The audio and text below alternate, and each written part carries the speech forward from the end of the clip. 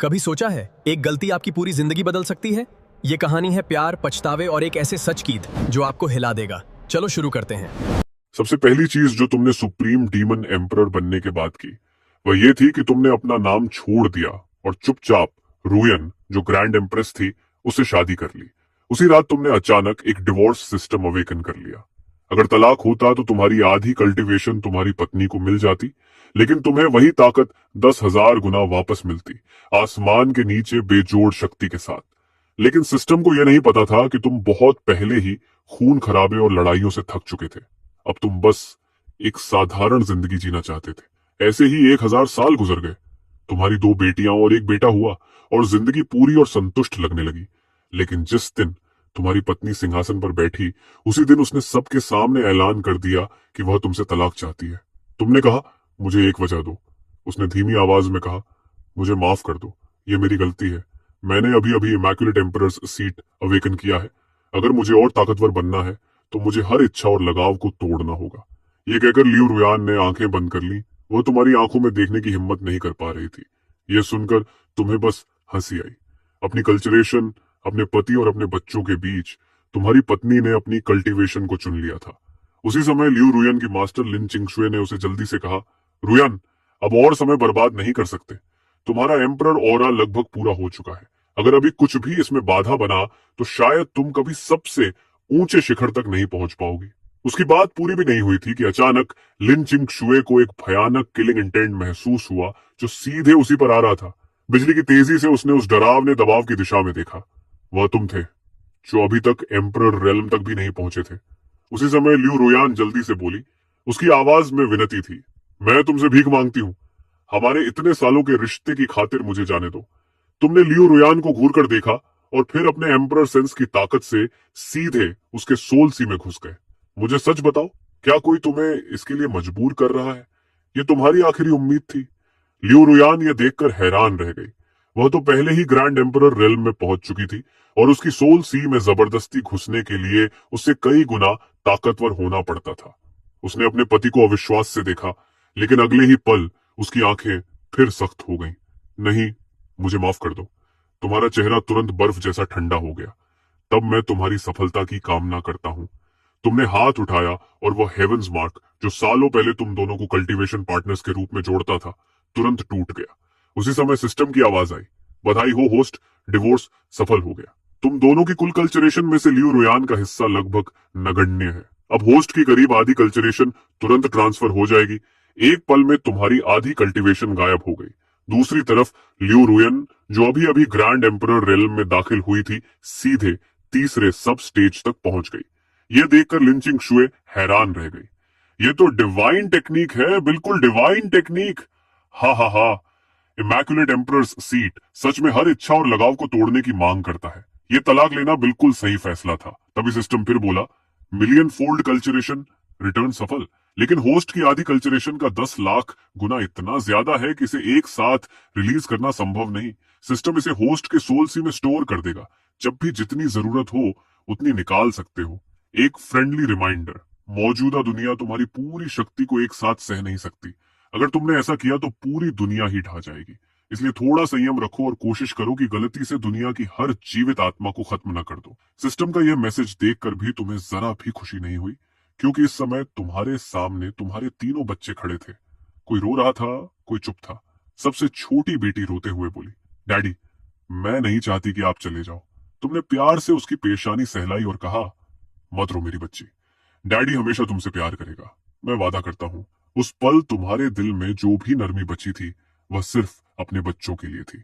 उधर लियू रुयान जानती थी कि इमैक्युलेट एम्परर सीट के लिए सिर्फ पति पत्नी का रिश्ता तोड़ना जरूरी है, इसलिए वह बच्चों को अपने साथ रखने के लिए तैयार थी। उसने कहा, बच्चों, मैंने आज से पहले तुम सबसे पूछा था, अब फैसला कर लो, तुम अपनी माँ के साथ रहोगे या अपने पिता के साथ जाओगे। लियू शिक्सुआन पहले से ही अपनी मुठ्ठियां कसकर खड़ी थी और सबको बिना हिले देख रही थी। तभी लिन चिंगशुए ने एक सेबर और एक सोर्ड निकाला, एक जुनकन के लिए और एक सिक्सुआन के लिए। ये दोनों बेजोड़ हथियार तुम्हारी माँ ने पहले से तुम्हारे लिए तैयार किए हैं। इस तरफ आओ और ये हथियार तुम्हारे हो जाएंगे। आगे से तुम्हारी माँ ही तुम्हारा सहारा होगी। तुम्हारी नेचुरल टैलेंट और तुम्हारी माँ के रिसोर्सेस के साथ तुम एक दिन जरूर एम्परर रेल्म तक पहुंचोगे। तभी लिू जुनकान, जो अब तक सिर झुकाए खड़ा था, अचानक घुटनों के बल गिर गया और बोला, फादर, मुझे माफ कर दीजिए, मैं माँ के साथ रहना चाहता हूँ। तुमने शांत होकर अपने बेटे के सिर पर हाथ रखा और कहा, अब से पिता तुम्हारी देखभाल नहीं कर पाएगा। अपनी माँ की बात मानना और मेहनत से ट्रेनिंग करना। ये कहकर वह उठकर लिू रुयन की तरफ चला गया। जैसे ही वह उसके पास पहुंचा, लिन चिंगशु ने तुरंत वह बेजोड़ सेबर उसके हाथ में दे दिया। लिू जुनचान की आंखें चमक उठी, जैसे उसे दुनिया का सबसे बड़ा तोहफा मिल गया हो। तभी लिन चिंगशु ने जीत भरी मुस्कान के साथ लिू सिक्सवान की तरफ देखा और कहा, सिक्सवान जल्दी आओ, यह तलवार तुम्हारी है। यह सुनकर लिू सिक्सवान की मुट्ठियां और कस गई। फिर वह धीरे धीरे उनकी तरफ चलने लगी। लेकिन जब वह लिू रुयान के सामने पहुंची तो उसने अपनी माँ को लंबे समय तक घूर कर देखा, फिर अपने डरपोक छोटे भाई को तीखी नजर से देखा और बिना कुछ कहे मुड़कर सीधे तुम्हारी तरफ आ गई। फादर, आपकी बेटी हमेशा आपके साथ खड़ी रहेगी। अपनी बड़ी बेटी को देखकर तुम्हारे जमे हुए दिल में फिर से गर्माहट लौट आई। तुमने पूछा, शीशुआन, क्या तुम सच में पक्की हो? माँ के सवाल के सामने लिू सिक्सुआन चुप रही। लिू रुयान ने फिर कहा, सिक्सुआन, तुम अभी छोटी हो, तुम्हें समझ नहीं है कि यह फैसला कितना बड़ा है। तुम्हें अपने भविष्य के बारे में सोचना चाहिए। अगर तुम अपने पिता के साथ जाओगी तो तुम्हारे पास एम्परर रियलम तक पहुंचने की कोई उम्मीद नहीं होगी। लिू शिशुआन ने ठंडे स्वर में जवाब दिया, मुझे किसी पर निर्भर होने की जरूरत नहीं, मैं अपनी मेहनत से एम्परर रियलम तक पहुंच सकती हूँ। तभी लिू जुनकैन बोला, सिस। लेकिन उसकी बात पूरी होने से पहले ही लिू शिशुआन ने उसे काट दिया। अपना मुंह बंद रखो। एक शब्द और बोला तो आज से मेरा कोई भाई नहीं रहेगा। लिू शिशुआन ये बात अच्छी तरह जानती थी कि उनकी माँ हमेशा कल्टीवेशन में डूबी रहती थी, जबकि उनके पिता का प्यार उनके लिए सच में असीम था। लिू शिशुआन की बात सुनकर लिू जुनकान ने सिर झुका लिया, लेकिन उसके दिल के अंदर अब भी उसे लग रहा था कि उसकी बहन बस अपने जज्बात में बहकर फैसला कर रही है। उनकी माँ के रिसोर्सेस के बिना वे दोनों अपनी पीढ़ी के सबसे प्रतिभाशाली प्रोडिजी कभी नहीं बन सकते थे। उधर पास खड़े लोग आपस में धीरे धीरे फुसफुसा रहे थे। देखो, लिू रुयान तो एक ही छलांग में सीधे ग्रैंड एम्परर रेल्म के लेट स्टेज तक पहुंच गई। इतनी टैलेंट और ताकत के साथ वह जरूर इमॉर्टल डोमेन के सबसे ऊंचे शिखरों में से एक बनेगी। जो आदमी लिू रुयान के साथ नहीं गया, वो अपनी जिंदगी की सबसे बड़ी गलती कर रहा है। जब लिू रुयान ने देखा कि उसकी बड़ी बेटी का फैसला बदलने वाला नहीं है, तो उसने अपनी सबसे छोटी बेटी मियाओ मियाओ की तरफ देखा और पूछा, और तुम? मियाओ मियाओ? मियाओ मियाओ ने तुरंत तुम्हारा हाथ कसकर पकड़ लिया और गुस्से में बोली, माँ बहुत बुरी है, मैं आपसे कभी बात नहीं करूंगी। लिू रुयान ने लिू मियाओ मियाओ को देखा। उसके चेहरे पर भावनाओं का अजीब सा मिश्रण था जिसे समझना मुश्किल था। मियाओ मियाओ, माँ के पास आ जाओ। अब से हम ऐसे मास्टर्स को बुलाएंगे जो कल्टीवेशन में मशहूर हैं, और ऐसे शेफ्स भी जो बहुत स्वादिष्ट खाना बनाते हैं। वे तुम्हारे लिए हर दिन स्वादिष्ट केक और खाना बनाएंगे। तुम बहुत बुरी हो, मुझसे बात मत करो। डैडी, चलो यहाँ से, मुझे यहाँ नहीं रहना। अपनी छोटी बेटी के टूटे हुए चेहरे को देखकर तुमने धीरे से कहा, मियाओ मियाओ, थोड़ी देर सो जाओ। डैडी को बस कुछ बातें कहनी है, फिर हम यहाँ से चले जाएंगे। तुम अपनी बात पूरी भी नहीं कर पाए थे कि मियाओ मियाओ तुम्हारी बाहों में ही सो गई। तुमने उसे अपनी बड़ी बेटी को संभालने के लिए दिया और ठंडी नजर के साथ लियो रुयान के पास जाकर खड़े हो गए। तलाक वाले उस पल को याद करते हुए तुम कुछ देर के लिए यह भी भूल गए थे कि आगे कौन सा रास्ता चुनना है। लेकिन जब तुम्हारी दोनों बेटियों ने बिना झिझक तुम्हारे साथ रहने का फैसला किया, तो तुम्हारे सामने फिर से एक रास्ता साफ हो गया। ग्रैंड एम्परर रियलम सच में काफी ताकत है। उम्मीद करता हूं कि एक दिन तुम्हारी ताकत मेरी दोनों बेटियों से भी आगे निकल जाए। तुमने इससे ज्यादा कड़वी बात नहीं कही। आखिर तुमने कभी इस औरत से पूरे दिल से प्यार किया था, लेकिन अगले ही पल तुमने हाथ बढ़ाकर लिन चिंगशु का गला पकड़ लिया। तुम अभी मेरे बच्चों को अपनी तरफ करने के लिए हर चाल चल रही थी। अगर तुम उसकी मास्टर ना होती और मेरे बच्चे यहाँ मौजूद ना होते, तो तुम अब तक मर चुकी होती। ये कहकर तुमने उसे ऐसे फेंक दिया जैसे कोई बेकार चीज हो। फिर अपने बेटे की तरफ देखा और कहा, फादर अब तुम्हारे साथ नहीं होगा, अपना ख्याल रखना। इसके बाद तुम अपनी साली और पुराने दोस्त ये होंग के पास गए। इस बार जब मैं जा रहा हूं तो शायद वापस नहीं आऊंगा, इसलिए अलविदा। ये होंग ने तुम्हारी तरफ अपराध बोध भरी आंखों से देखा, क्योंकि जो दो बेजोड़ हथियार लिन चिंगशु ने अभी दिखाए थे, वे असल में ये होंग ने ही बनाए थे। चिंगेन, मैं भी यहाँ नहीं रहना चाहती, चलो हम साथ चलते हैं। तुमने सिर हिलाकर कहा, नहीं ये होंग, मैं डीमन डोमेन जा रहा हूँ, मैं वहीं से आता हूँ। हम वॉइस ट्रांसमिशन के जरिए संपर्क में रहेंगे। अगर कभी मुझसे मिलना चाहो तो डीमन डोमेन आ जाना, मैं किसी को तुम्हें लेने भेज दूंगा। ठीक है, फिर मिलेंगे। ये कहकर तुम आसमान में उठ गए और पहली बार अपनी कल्टीवेशन ऑरा को बिना छिपाए खुलकर बहने दिया। फिर अपनी दोनों बेटियों को साथ लेकर दूर आसमान की तरफ उड़ गए। वहां मौजूद हर इंसान ये नजारा देखकर स्तब्ध रह गया। वो आदमी, वो डीमन डोमेन से है और उसकी कल्चरेशन ग्रैंड एम्परर रियलम के पीक पर है। वो इतने सालों से इमॉर्टल डोमेन में हमारे बीच रह रहा था और किसी को पता भी नहीं चला। ये सुनकर लियू रुयान की आंखें चौड़ी हो गई। इतने सालों तक उसे इस सच्चाई के बारे में कुछ पता ही नहीं था। रुयन, और वह आदमी असल में डीमन डोमेन से है। तुमने उसे तलाक देकर बिल्कुल सही किया। उसने जरूर देखा होगा कि तुम ग्रैंड एम्परर रियलम के लेट स्टेज तक पहुंच गई हो और अंदर से डर गया होगा। जब तुम ग्रैंड एम्परर रियलम के पीक तक पहुंच जाओगी तब तुम्हारी ताकत उसे आसानी से कुचल देगी। लियू रुयान ने सिर हिलाया। अब उसकी टैलेंट इतनी बढ़ चुकी थी कि पिछले 1 अरब सालों के सबसे महान डीमन एम्परर से भी वह ज्यादा पीछे नहीं थी। आधे घंटे बाद तुम अपनी दोनों बेटियों को इमॉर्टल डोमेन और डीमन डोमेन की सीमा पर ले आए। सिक्सुआन, मियाओ मियाओ आगे डीमन डोमेन है। क्या तुम दोनों को डर लग रहा है? डैडी हमारे साथ है, हमें कहीं भी डर नहीं लगता। हाँ, मियाओ मियाओ को भी डर नहीं लगता। ये सुनकर तुम मुस्कुराए और प्यार से दोनों बेटियों के सिर पर हाथ फेरा। और तुम्हें डरना भी नहीं चाहिए, क्योंकि तुम्हारे डैडी को बहुत समय पहले ही कोई हरा नहीं सकता। डैड, क्या सच में आपको कोई हरा नहीं सकता? आपने ही तो हमें सिखाया था कि हमेशा कोई ना कोई हमसे ताकतवर होता है और हमें कभी घमंड नहीं करना चाहिए। तुम दोनों को कभी घमंड नहीं करना चाहिए। लेकिन तुम्हारे डैडी थोड़ा अलग हैं, क्योंकि बाकी सब जिस ताकतवर इंसान से डरते हैं वह इंसान मैं ही हूं। ये सुनकर लियो शिशुआन हंस पड़ी और मुंह ढक लिया। डैडी, आप तो बड़े बेशर्म हो। हाँ हाँ, डैडी की बात में थोड़ा सच तो है। अपनी दोनों बेटियों को इतने खुश होकर हंसते देख तुम्हारे दिल के सारे अंधेरे पूरी तरह मिट गए। चलो अब चलते हैं। डैडी तुम्हें डीमन डोमेन घुमाने ले जा रहे हैं। वहां बहुत सारा अच्छा खाना मिलता है। हाँ, काफी मिलता है। मुझे एक पुराना डीमन पता है, उसका खाना कमाल का होता है।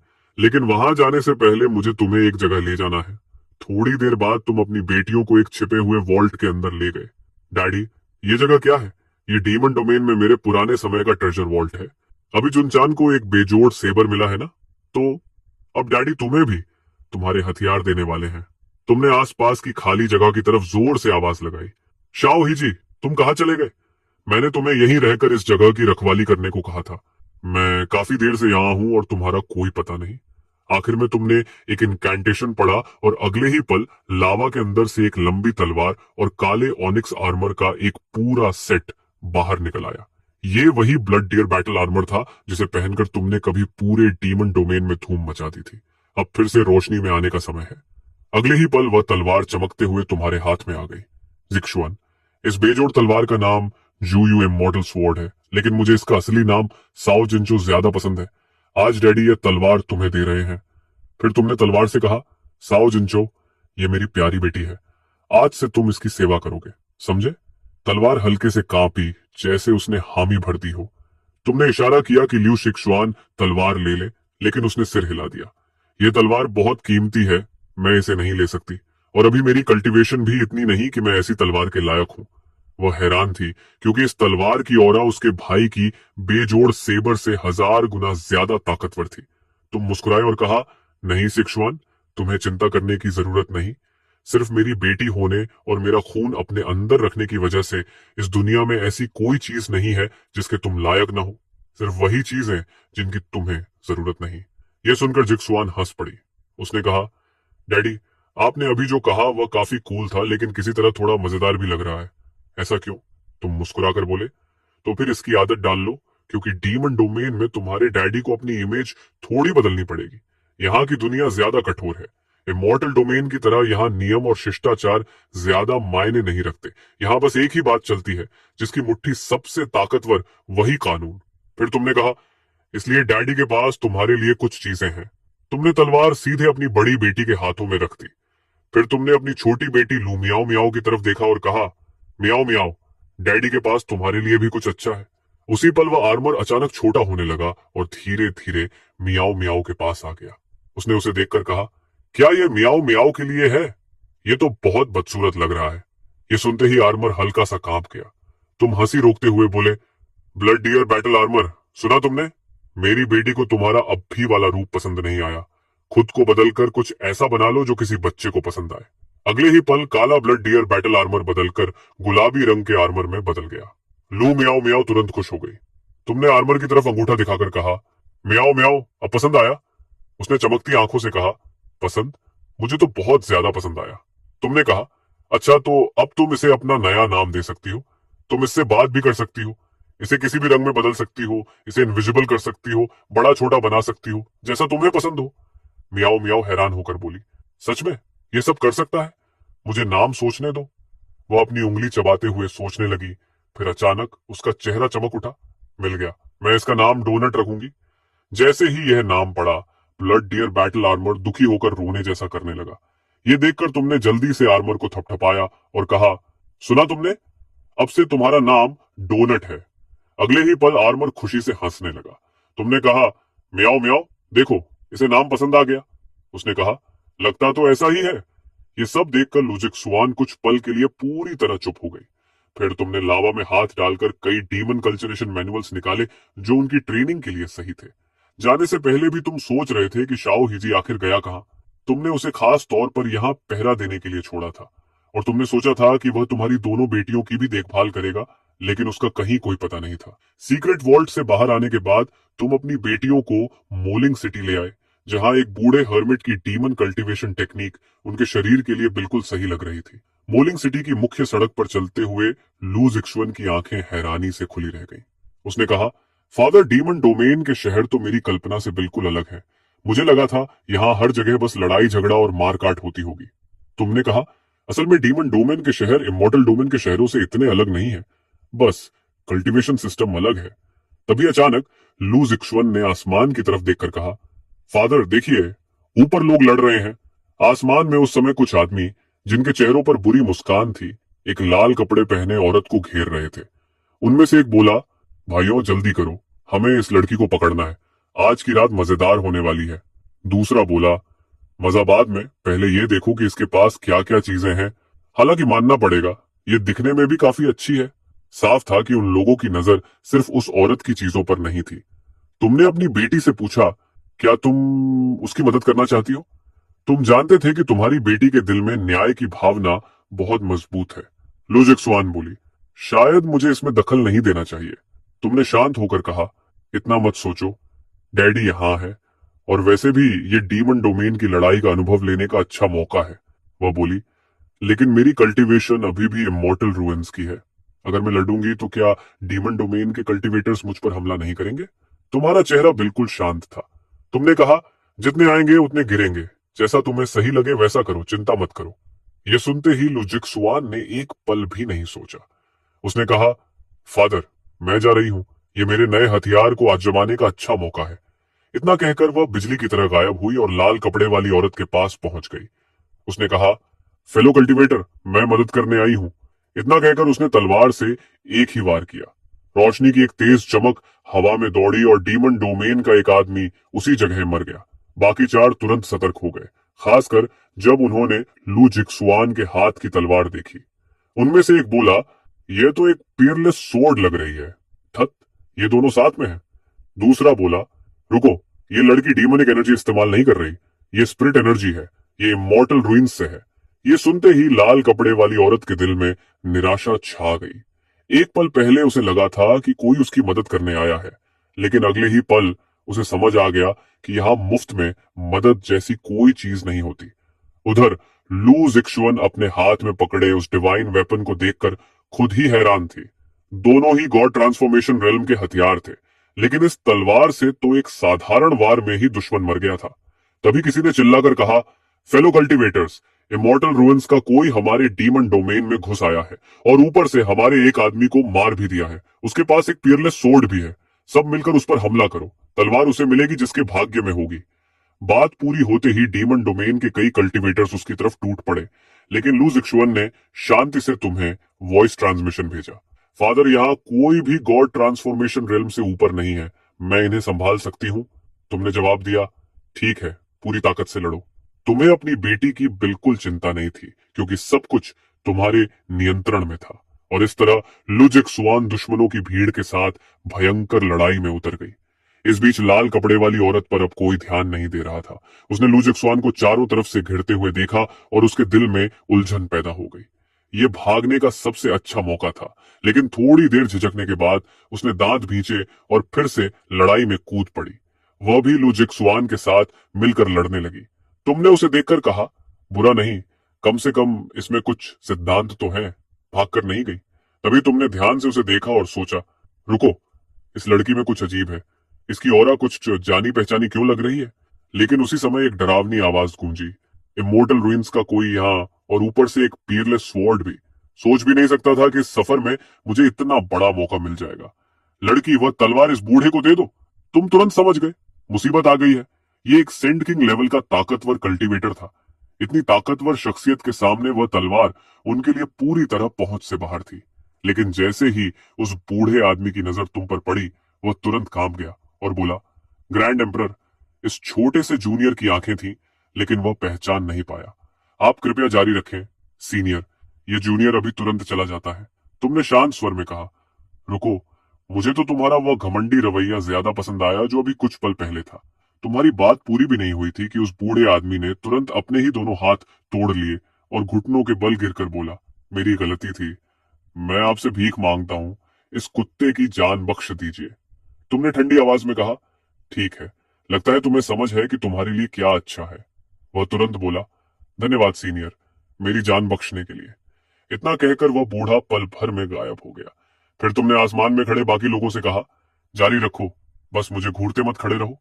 लू जिक्सुआन मन ही मन सोचने लगी, तो ये होता है एक अजेय पिता होने का एहसास। लेकिन वहां मौजूद हर डीमन डोमेन कल्टीवेटर समझदार था। वे सब तुरंत मुड़कर भागने लगे। ये देखकर तुमने बस हल्के से हाथ उठाया और पूरे आसमान के एक हिस्से पर एक बैरियर खड़ा हो गया, जिसने पूरे इलाके को बंद कर दिया। वे घबरा गए, हम फंस गए। उन्होंने पूरी ताकत से बैरियर को तोड़ने की कोशिश की, लेकिन उसका जरा सा भी असर नहीं हुआ। लू जिक्सुआन और लाल कपड़े वाली औरत फिर से लड़ाई में उतर गई। 2.5 मिनट के भीतर ही आसमान में हमला करने आए हर दुश्मन उन दोनों की तलवारों के नीचे मारे जा चुके थे। लू जिक्सुआन जल्दी से तुम्हारे पास आई और बोली, फादर, यह तलवार तो बिल्कुल मेरे लिए ही बनी है। तुमने संतोष से सिर हिलाया और मन ही मन सोचा कि जल्द ही तुम्हें अपनी बेटी के लिए एक सही कल्टीवेशन टेक्निक ढूंढनी होगी, ऐसी जो उसकी कॉन्स्टिट्यूशन से मेल खाए और उसकी पूरी फाउंडेशन को डेमोनिक कल्टीवेशन में बदल दे। क्योंकि इमॉर्टल रूइंस की टेक्निक को यहाँ डीमन डोमेन में इस्तेमाल करना बहुत ध्यान खींचने वाला था। तभी अचानक शून्य से एक ठंडी और डरावनी आवाज गूंजी। मैंने दूर से ही महसूस कर लिया था, एक पीयरलेस सोर्ड की ओर। पहले लगा शायद गलती हो गई, लेकिन नहीं, ये सच है। हाँ, लगता है यह सफर बेकार नहीं गया, और यह तो चिंगशी सेक्ट का कोई व्यक्ति निकला। तुम्हारे दिमाग में तुरंत एक पुराने दुश्मन की याद उभरी। तुम्हें याद आया कि बहुत पहले तुमने शिंगशी सेक्ट के हर एम्परर रेल्म पावर हाउस को खत्म कर दिया था। फिर भी मुश्किल से 1000 साल बाद ही उसी सेक्ट से एक नया ग्रैंड एम्परर रेल्म कल्टीवेटर फिर से निकल आया था। तुमने सोचा, खैर, इनका समय तो सही निकला। वह आदमी हंसकर बोला, अच्छा, अगर मुझे सही याद है तो यही शब्द कुछ देर पहले किसी और ने भी कहे थे, लेकिन मुझे अभी तक समझ नहीं आया कि उसने अचानक अपने दोनों हाथ क्यों तोड़ दिए और डर कर भाग गया। तुमने शांत स्वर में कहा, मौत को मत ललकारो। लगता है डीमन डोमेन के ज्यादातर लोगों को शिंगशी सेक्ट की पुरानी ताकत का अंदाजा ही नहीं है। वे भूल चुके हैं कि हम कभी कितने ताकतवर थे। वह आदमी घमंड से बोला, तो फिर आज मैं तुम्हें इस्तेमाल करके पूरी दुनिया को दिखाऊंगा कि शिंगशी सेक्ट अपनी सबसे ताकतवर हालत में वापस आ चुका है। तुम हल्का सा हंसे और बोले, वाह, ये तो कमाल है। तुम मेरी तलवार चुराना चाहते हो और ऊपर से मेरी ही लाइन भी चुरा ली। फिर तुमने कहा, लगता है शिंगशी सेक्ट को अभी थोड़ा और समय चाहिए पकने के लिए। तुम्हारी बात पूरी भी नहीं हुई थी कि शिंगशी सेक्ट का वह पावर हाउस जो अभी तक घमंडी मुस्कान दे रहा था, अचानक तुम्हारे हाथ में गले से पकड़ा हुआ था। उसने पूरी ताकत लगा ली, लेकिन तुम्हारी पकड़ से निकल ही नहीं पाया। वह डरकर बोला, यह असंभव है। तुमने शांत स्वर में कहा, मजेदार बात है, तुम्हारे पुराने पैट्रियार्क ने भी मरने से ठीक पहले यही शब्द कहे थे। बिल्कुल ऐसे ही। लगता है तुम्हारा चिंगशी सेक्ट सच में एक ही स्वर में बोलता है। जैसे ही तुमने यह कहा, उसके शरीर से एक भयानक काली रोशनी फूट पड़ी और एक पल में ही वह काली राख बनकर खत्म हो गया। लाल कपड़े वाली औरत यह सब देखकर बिल्कुल स्तब्ध खड़ी रह गई। उसने सोचा, यह अभी क्या हुआ? वह काली रोशनी, उसने तो एक mid stage grand emperor realm power house को पल भर में मार दिया। तुम तब तक वापस अपनी छोटी बेटी के पास पहुंच चुके थे और पूछा, म्याओ म्याओ, तुम्हें डर तो नहीं लगा? म्याओ म्याओ ने मासूमियत से कहा, डर? मुझे तो डैडी अभी बहुत कूल लगे। अपनी छोटी बेटी को देखकर तुमने मन ही मन सोचा, तुम्हारी यह प्यारी बच्ची सच में कुछ खास है, तुम्हारे खून की असली वारिस। तभी अचानक आसमान में काले और डरावने बादल उमड़ने लगे और एक गूंजती हुई प्राचीन आवाज आसमान में गूंज उठी। कौन है जो यहां हंगामा करने की हिम्मत कर रहा है? ऊपर से एक भारी दबाव नीचे उतरा। किसी ने कहा, यह तो मोलिंग सिटी के सिटी लॉर्ड हैं। अब वह आदमी मुसीबत में है। दूसरे ने पूछा, क्यों? जवाब आया, क्योंकि मोलिंग सिटी का सिटी लॉर्ड डीमन डोमेन के सबसे ताकतवर लोगों में से एक है, ग्रैंड एम्परर रेल्म का पीक पावर हाउस। लेकिन उसी समय तुम्हारे होठों पर हल्की मुस्कान आ गई। तुमने कहा, यह बूढ़ा अब भी दिखावा करना नहीं छोड़ता। तभी आसमान में एक आकृति धीरे धीरे दिखाई दी। उसने घमंड से कहा, कौन सा छोटा कीड़ा है जो यहां खड़ा है? अपना नाम बताओ। तुमने हंसते हुए कहा, तुम्हारा दादा हूं मैं, नीचे आकर प्रणाम क्यों नहीं करते? वह आदमी गुस्से में बोला, तुम्हारी इतनी हिम्मत, रुको, क्या मेरी आंखें धोखा खा रही हैं? बस इतना कहते ही आसमान का सारा दबाव और बादल एक पल में गायब हो गए। अगले ही पल वह आदमी सीधे तुम्हारे पास आ गया और जोर से हंसने लगा। अरे, सच में तुम हो? इतने सालों से कहां छिपे हुए थे? मैं तुम्हें पागलों की तरह ढूंढ रहा था। तुमने अपनी बेटी से कहा, म्याओ म्याओ, देखो, ये वही है जिसके बारे में मैं बता रहा था, वह बूढ़ा डीमन जो बहुत शानदार खाना बनाता है। म्याओ म्याओ की आंखें तुरंत चमक उठी, जबकि वह बूढ़ा डीमन पूरी तरह हैरान खड़ा था। उसने कहा, रुको, ये तुम्हारी बेटी है? कमाल है। मैं सोच रहा था कि तुम डीमन डोमेन में कहीं दिख क्यों नहीं रहे। पता चला तुम इमॉर्टल रूइंस में जाकर औरतों के पीछे भाग रहे थे।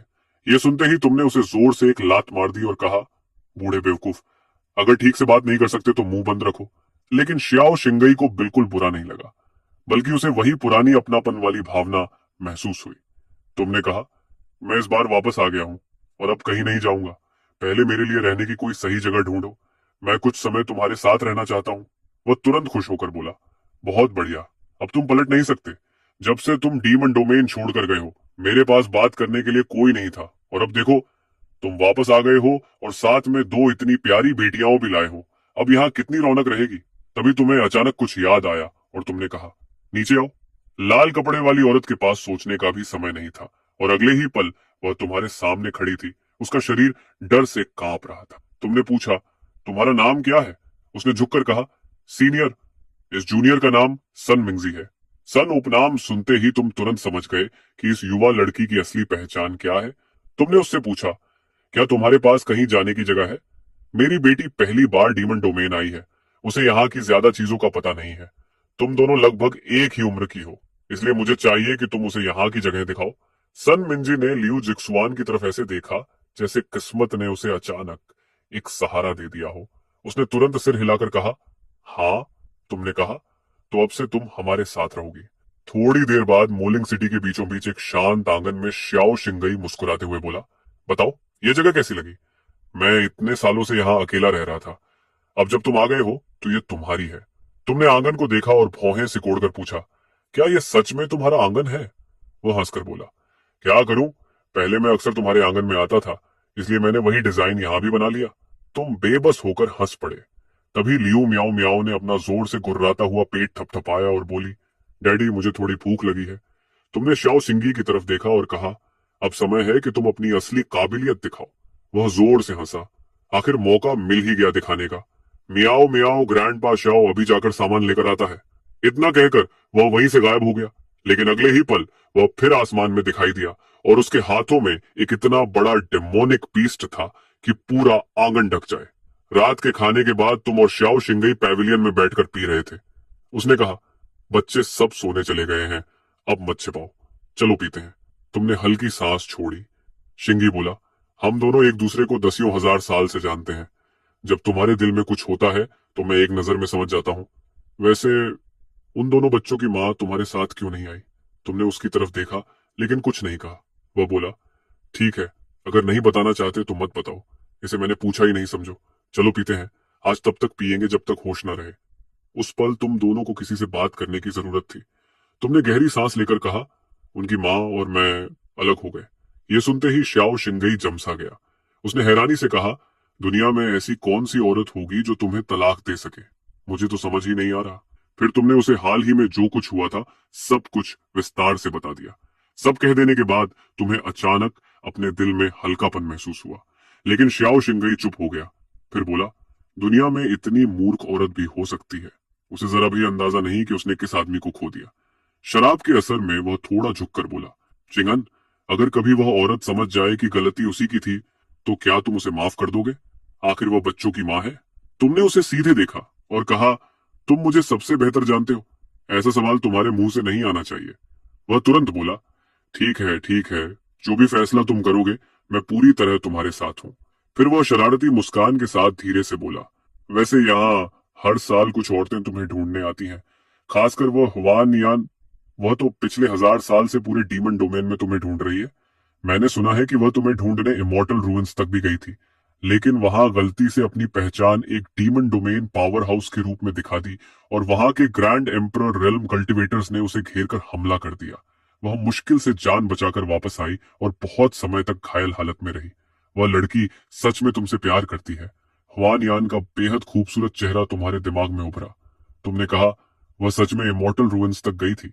शाओजिंगी बोला, हाँ, लेकिन तुम जानते हो कि उस सीमा को पार करने पर ताकत बहुत कम हो जाती है। वो वहां मरी नहीं, ये तो उसकी किस्मत थी। फिर उसने कहा, ऐसी औरत के बाद भी तुम्हारा दिल नहीं पिघलता?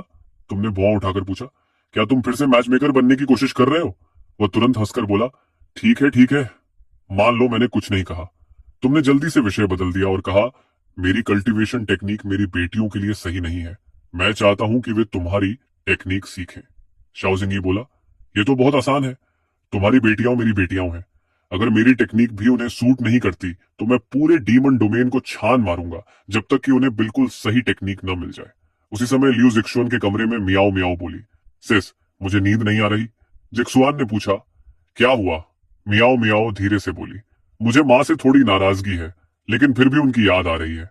लियू जिक्सुआन ने उसके सिर पर हाथ फेरते हुए कहा, उन्हें याद मत करो। जब तक हमारे पास फादर है वही काफी है। मियाओ मियाओ ने पूछा, क्या हम इस जिंदगी में माँ से फिर कभी मिलेंगे? जिक्सुएन बोली, मिलेंगे, लेकिन तब जब हम दोनों ग्रैंड एम्परर रियलम तक पहुंच जाएंगे। तब हम दोनों साथ जाकर उनसे मिलेंगे। मियाओ मियाओ की आंखें चमक उठी। सच? जिक्सुआन बोली, हाँ, और तब मैं खुद उन्हें हराऊंगी और दिखाऊंगी कि उनका फैसला गलत था। म्याओ म्याओ बोली, ठीक है, तब मैं भी मेहनत से ट्रेनिंग करूंगी। हम दोनों मिलकर उन्हें हराएंगे। अगली सुबह तुम दोनों बेटियों को ट्रेनिंग रूम में ले गए और कहा, ओल्ड श्याओ, अब टेक्निक सिखाने का समय है। लियू जीशुआन पालथी मारकर बैठ गई और श्याओ शिंगई की उंगली पर बैंगनी बिजली का एक छोटा गोला बनने लगा। उसने कहा, जिक्सुआन, अभी मैं ये टेक्निक सीधे तुम्हारे सोल सी में भेजूंगा। इससे तुम्हें तुरंत पता चल जाएगा कि यह टेक्निक तुम्हारे शरीर के साथ कंपैटिबल है या नहीं।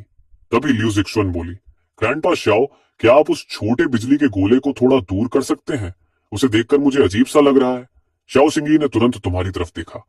तुमने शांत स्वर में कहा, इतनी छोटी सी बात तो तुम संभाल ही सकते हो। वह जल्दी से सिर हिलाया। थोड़ी देर बाद लियू जीशुआन गहरी समझ की अवस्था में चली गई। लेकिन उसी समय लियू मियाओ मियाओ, जो आमतौर पर ट्रेनिंग में कोई दिलचस्पी नहीं दिखाती थी, अचानक बोली, डैडी, मियाओ मियाओ भी ट्रेनिंग करना चाहती है। तुमने हैरानी से अपनी छोटी बेटी को देखा और कहा, ओल्ड श्याओ, मियो मियो को भी कोशिश करने दो। श्याओ शिंगई ने सिर हिलाया। टेक्निक देने के बाद उसने अजीब नजर से तुम्हें देखा और पूछा, जिक्सुआन कब से ऐसी है? तुमने कहा, बचपन से। वह बोला, तो मतलब बिल्कुल शू तियानफई जैसी? तुमने सिर हिलाकर कहा, इतनी भी नहीं, लेकिन यह दिमाग से जुड़ी चीज है, इसमें मैं कुछ नहीं कर सकता। श्याओ शिंगई हंसकर बोला, अरे, तुमने तो शू तियानफई को उसी स्वभाव की वजह से मना कर दिया था, और अब तुम्हारी अपनी बेटी भी वैसी ही निकली। तुमने कहा, बस करो। फिर तुम्हें अचानक कुछ याद आया और तुमने पूछा, अरे हाँ, मैंने तुमसे कल एक बात पूछनी भूल गया था। क्या इन सालों में तुम्हारी मुलाकात उस छोटे काले शरारती से हुई? श्याओ शिंगई बोला, हाँ हुई थी, क्योंकि उसने मेरी सबसे ताकतवर तलवार थंडर फ्लेम स्वॉर्ड चुरा ली। यह सुनकर तुम्हारा चेहरा लाल हो गया। तुमने पूछा, फिर? वह बोला, फिर कुछ नहीं। सुनो, तुम्हें मेरी थंडर फ्लेम सोर्ड वापस दिलानी होगी। तुमने कहा, लेकिन वह तो तुम्हारा कॉन्ट्रैक्ट बीस्ट है। मुझे तो यह भी नहीं पता कि वह अभी कहाँ है। तुमने कहा। श्याओ शिंगई ने पूछा, क्या तुम्हारा उसके साथ कॉन्ट्रैक्ट बॉन्ड नहीं है? तुमने शांत होकर जवाब दिया, जब मैं गया था तब उसका आधा बॉन्ड मैंने खुद ही तोड़ दिया था। यह सुनकर श्याओ शिंगई कुछ पल के लिए चुप हो गया। लगभग 2.5 मिनट बाद लियू जिशुआन ने अपनी आंखें खोली और बोली, डैड, ये टेक्निक अच्छी लग रही है, लेकिन फिर भी ऐसा लगता है जैसे कुछ थोड़ा सा ठीक नहीं बैठ रहा। तुमने तुरंत अपनी बड़ी बेटी के सिर पर हाथ रखा और उसकी स्थिति महसूस की। एक पल बाद तुम बोले, ये टेक्निक तुम्हारी कॉन्स्टिट्यूशन के साथ लगभग 90% कंपैटिबल है, बस थोड़ा सा कम है। कोई बात नहीं, डैड तुम्हारे लिए इससे भी बेहतर टेक्निक ढूंढेगा। तभी जिक्सुआन ने पूछा, डैड, क्या इसका मतलब है कि मियाओ मियाओ सच में कल्टीवेशन शुरू कर सकती है? उसी समय श्याओ शिंगई की आंखें हैरानी से फैल गईं। वह चिल्लाया, हे भगवान, मैंने अपनी जिंदगी में कभी किसी को पहली बार टेक्निक आजमाते ही पर्पल लाइटनिंग बनाते नहीं देखा। सच में तुम्हारी बेटी है? मियो मियो ने मासूमियत से पूछा। डैड, क्या मैंने सच में इतना अच्छा किया? तुम हल्का मुस्कुराए और बोले, मान लो कि जब मैंने पहली बार शुरू किया था उससे तो ये बहुत आगे है। फिर तुम तुरंत अपनी बड़ी बेटी जिक्सुआन को दिलासा देने लगे, हिम्मत मत हारो, डैड तुम्हारे लिए बिल्कुल सही टेक्निक ढूंढ रहा है। जिक्सुआन ने धीरे से सिर हिला दिया। उसके बाद शाओ शिंगई तुम्हें आंगन के बाहर ले गया और बोला, सच कहूं तो मुझे लगता है कि तुम्हें जिक्सुआन को श्यू तियान फई की टेक्निक आजमाने देनी चाहिए। तुमने तुरंत कहा, फिर वही बात। शाओ शिंगई बोला, इस बार मैं तुम्हारी पर्सनल लाइफ की वजह से नहीं कह रहा, मैं इसलिए कह रहा हूं क्योंकि उन दोनों का स्वभाव बहुत मिलता जुलता है। हो सकता है वह टेक्निक उसके लिए बिल्कुल सही हो। तुमने कुछ देर सोचा और पूछा, क्या तुम दोनों अभी भी संपर्क में हो? शाओ शिंगी बोला, क्या मेरे पास कोई और विकल्प है? हर सुबह ठीक 5 बजे मुझे उसे मैसेज भेजना पड़ता है कि तुम्हारे बारे में कोई खबर मिली या नहीं। अगर नहीं भेजूं तो वह मुझे बहुत बुरी तरह डांटती है, खासकर तब से जब उसकी तलवार चोरी हो गई। तुमने हल्की मुस्कान के साथ कहा, अब समझ आया, इतने सालों से तुम मुझे उसके साथ रहने के लिए क्यों कह रहे थे? तुम पर दबाव डाला जा रहा था। श्याओ शिंगई तुरंत बोला, ऐसा बिल्कुल नहीं है। तुमने कहा, ठीक है, उसे मैसेज भेजो, उसे यहां बुलाओ। यह सुनकर श्याओ शिंगई ने राहत की लंबी सांस ली। आखिरकार अब मुझे हर दिन वही मिशन नहीं करना पड़ेगा। लेकिन सिर्फ 15 मिनट बाद ही लियू मियाओ मियाओ ने खिड़की की तरफ इशारा करते हुए कहा, डैड, ये कितना अजीब है, अचानक बाहर बर्फ गिर रही है। उसी समय खिड़की के बाहर एक सफेद कपड़ों में लिपटी आकृति दिखाई दी। बाहर से आवाज आई, छोटे शिंगी, तुमने कहा था कि उस आदमी के बारे में कोई सुराग मिला है। मैंने भी उसके बारे में कुछ जानकारी ढूंढी है। श्यू तियानफई दरवाजे की तरफ बढ़ी, लेकिन अंदर जाने से पहले रुक गई, क्योंकि वह अपने कपड़े गंदे नहीं करना चाहती थी। तभी कमरे के अंदर से वह आवाज आई जो उसके सपनों में हर रात गूंजती थी, तुम आ गई, अंदर आकर बैठो। अगले ही पल श्यू तियानफई कमरे के अंदर पहुंच चुकी थी। उसने तुरंत पूछा, तुम इतने साल कहां थे? तुम्हें पता है मैंने क्या क्या सहा है? श्याओ शिंगई उसे इस तरह बेबस बनने का नाटक करते देखकर मन ही मन सोचने लगा, इस दुनिया में वह सिर्फ तुम्हारे सामने ही ऐसा व्यवहार करती है। तुमने शांत स्वर में कहा, तुम पहले जैसी ही हो। वह तुरंत बोली, नहीं, मैं बहुत बदल गई हूं। फिर उसने तुम्हारे पास खड़ी 2 लड़कियों को ध्यान से देखा और पूछा, और ये दोनों छोटी लड़कियां? तुमने कहा, ये मेरी दोनों बेटियां हैं, मियाओ मियाओ जिक्सुआन, इन्हें आंटी जुए कहो। ये सुनते ही श्वेत तियनफे लगभग खून थूकने वाली थी। उसकी हालत देखकर तुम भी थोड़ा चौंक गए। असल में तुमने जानबूझकर ऐसा परिचय दिया था ताकि श्यू तियानफई हमेशा के लिए उम्मीद छोड़ दे। लेकिन तुमने नहीं सोचा था कि उसकी प्रतिक्रिया इतनी तीखी होगी। कमरे का माहौल अचानक अजीब हो गया। तुमने कहा, जिक्सुआन, अपनी बहन को कमरे में लेकर जाओ और खेलो। उसने कहा, ठीक है। लियू जिक्सुआन ने मियाओ मियाओ का हाथ पकड़ा और कमरे से बाहर चली गई। अब कमरे में सिर्फ 3 लोग बचे थे। श्याओ शिंगई ने तुम दोनों की तरफ देखा और बोला, असल में मुझे कुछ काम याद आ गया है, तुम लोग यहीं रहो। ये कहकर वह निकल गया। तुमने श्यू तियानफई से पूछा, तुम ठीक हो? उसने अपने होंठ के कोने से खून पोंछते हुए कहा, मैं ठीक हूं। तो तुमने चेन जू में शादी कर ली थी? तुमने सिर हिलाया।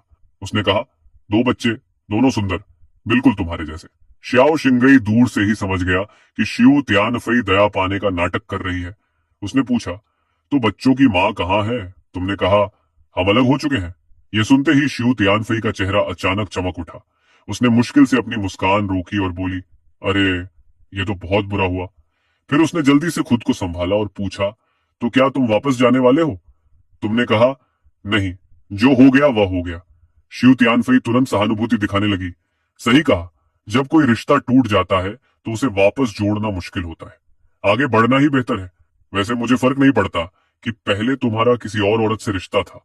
अगर वह सब अब खत्म हो चुका है तो सब ठीक हो सकता है। और वैसे भी उन दोनों बच्चों की मां अब उनके साथ नहीं है। क्या तुमने कभी सोचा कि उन्हें एक सौतेली माँ की जरूरत होगी। ये कहते हुए शिव त्यानफई का चेहरा लाल हो गया। श्याओ शिंगई ने यह देखा तो वह अंदर ही अंदर मुस्कुराने लगा। तुमने लंबी सांस लेकर कहा, जब समय आएगा तब देखा जाएगा, अभी मैं इन सब चीजों के बारे में नहीं सोच रहा। शिव त्यानफई ने तुरंत कहा, ठीक है, लेकिन जब भी तुम्हें बच्चों के लिए एक स्टेप मॉम की जरूरत हो तो मुझे बता देना। मुझे किसी के बारे में पता है जो तुम्हारे लिए बिल्कुल सही होगी। तुमने तुरंत विषय बदल दिया और कहा, वैसे मैंने ओल्ड श्याओ से तुम्हें बुलाने के लिए कहा क्योंकि मुझे तुमसे एक मदद चाहिए। उसने कहा, हमारे रिश्ते को देखते हुए सीधे बताओ। तुमने कहा, मेरी बड़ी बेटी को डीमन रेल्म की कल्टीवेशन टेक्निक चाहिए। मैं उसके लिए सही टेक्निक ढूंढ रहा हूं। देखना चाहता हूं कि क्या तुम्हारी टेक्निक उसके लिए सही होगी। उसने तुरंत कहा, बस इतनी सी बात, मैं अभी उसे दे देती हूं और देख लेते हैं। अंदर ही अंदर शिव त्यानफई समझ गई कि यह उसका मौका है। अगर वह बच्चों का दिल जीत लेती है तो आगे सब आसान हो जाएगा। थोड़ी देर बाद वह लियू जिक्सुअन के कमरे में गई और मुस्कुराकर बोली, दोनों छोटी राजकुमारियां क्या कर रही हैं? जिक्सुअन बोली, मैं डीमन रेल्म के बारे में सीखने की कोशिश कर रही हूँ। शिव त्यानफई ने कहा, अगर तुम्हें किसी चीज में उलझन हो तो आंटी शिव से पूछ लेना, मुझे यहाँ की हर चीज पता है। जिक्सुआन ने कहा, धन्यवाद आंटी शिव। उसने मुस्कुराकर कहा, कोई बात नहीं, इसी के लिए तो आंटी होती है। अच्छा, तुम्हारे डैड ने कहा था कि मैं तुम्हें एक टेक्निक दूं, जब चाहो तब इसे आजमा सकती हो। जिक्सुआन ने तुरंत कहा, अभी ठीक है। वह पालथी मारकर बैठ गई। शिव त्यानफई ने अपनी उंगली पर एक बिल्कुल साफ और खूबसूरत बर्फ के टुकड़े जैसा क्रिस्टल स्नोफ्लेक बना लिया। लू जीशुआन उस एकदम परफेक्ट स्नोफ्लेक को देखती रही और अचानक उसके अंदर गहरी शांति की लहर फैल गई। कुछ देर बाद जिक्सुआन ने आंखें खोली और कहा, डैड, इस टेक्निक की प्रैक्टिस करते हुए बहुत अच्छा लग रहा है। कहीं भी कुछ गलत नहीं लग रहा। तुमने उसकी जांच करने के लिए उसके सिर पर हाथ रखा और पूरी तरह महसूस किया। फिर तुमने मुस्कुराकर कहा, बिल्कुल सही, ये टेक्निक तुम्हारे लिए पूरी तरह परफेक्ट है। अब से तुम इसी टेक्निक की ट्रेनिंग करोगी। लेकिन फिर तुमने कहा, उससे पहले डैड को तुम्हारी वह कल्टीवेशन हटानी होगी जो तुमने शंचू में बनाई थी। फिर तुमने जुए तियनफे और बाकी लोगों की तरफ देखा और कहा, तुम लोग बाहर जाओ। म्याओ म्याओ ने तुरंत पूछा, डैड, क्या मुझे भी बाहर जाना पड़ेगा? तुमने कहा, हाँ, अपनी बहन को डिस्टर्ब मत करो। क्या तुम्हें फ्रोजन वाटरमेलन नहीं चाहिए था? जाओ आंटी सू से पूछो। ये आंटी सू, चलो। लू म्याओ म्याओ ने तुरंत सू यानफई का हाथ पकड़ लिया और सू यानफई का पूरा शरीर साफ साफ झटका खा गया, क्योंकि ये पहली बार था जब किसी ने उसका हाथ पकड़ा था। आंगन में बाहर लू म्याओ म्याओ फ्रोजन वाटरमेलन का एक टुकड़ा मजे से खा रही थी। म्याओ म्याओ, ये लो, ये मैसेज डेट स्लिप रख लो। जब भी तुम्हें इस वाटरमेलन की और जरूरत हो मुझे मैसेज कर देना।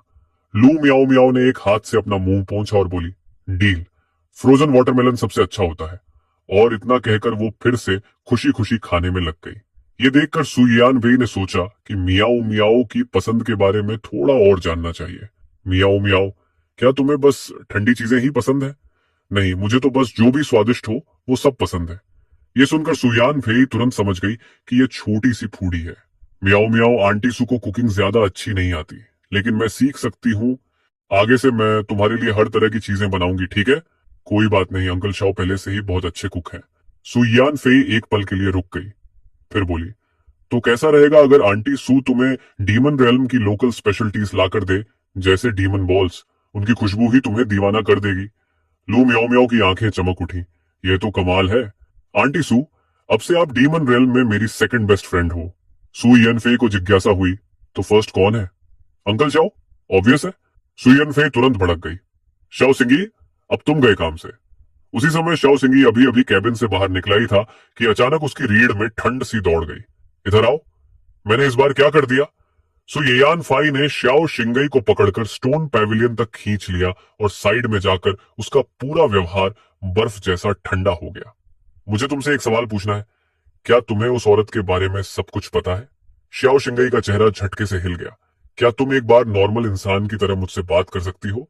मैं इतने समय से तुम्हारे लिए अच्छी बातें ही कह रहा हूँ। हाँ हाँ, जब देखूंगी तब मानूंगी। ठीक है ठीक है, भलाई का जमाना ही नहीं रहा। बोलो क्या जानना है? समय बर्बाद मत करो, जो कुछ जानते हो सब बताओ। कुछ देर बाद शाओ शिंगई ने जो कुछ भी उसे पता था सब बता दिया। सब सुनने के बाद सुयान फई पूरी तरह हैरान रह गई। रुकिए, वो औरत सच में इतनी बेवकूफ है? हाँ, उस समय मुझे भी बिल्कुल यही लगा था। सुयान फाई तुरंत संभल गई। नहीं नहीं, मुझे उसे बेवकूफ नहीं कहना चाहिए। अगर उसने अपने पास जो था उसकी कद्र की होती तो मुझे जिंदगी में कभी ये मौका ही नहीं मिलता। वैसे भी चिंगेन को मैं जितना जानती हूँ उसके वापस जाने का कोई सवाल ही नहीं है, इसलिए तुम्हें बस थोड़ी सी मेहनत करनी है और उसके दिल में जगह बनाने की संभावना काफी अच्छी है। जानते हो क्या, मुझे अब तुम थोड़े पसंद आने लगे हो, इसलिए आज तुम्हें छोड़ देती हूँ। श्याओ शिंगई आधे घंटे तक चुपचाप बैठा रहा। इसी बीच तुमने अपनी बड़ी बेटी की कल्टीवेशन बेस को डीमन रेल्म के स्टैंडर्ड्स के अनुसार बदल दिया और उसे एक पूरा मेजर रेल्म ब्रेक थ्रू करने में मदद भी की। फिर तुम उसे लेकर गार्डन में आ गए।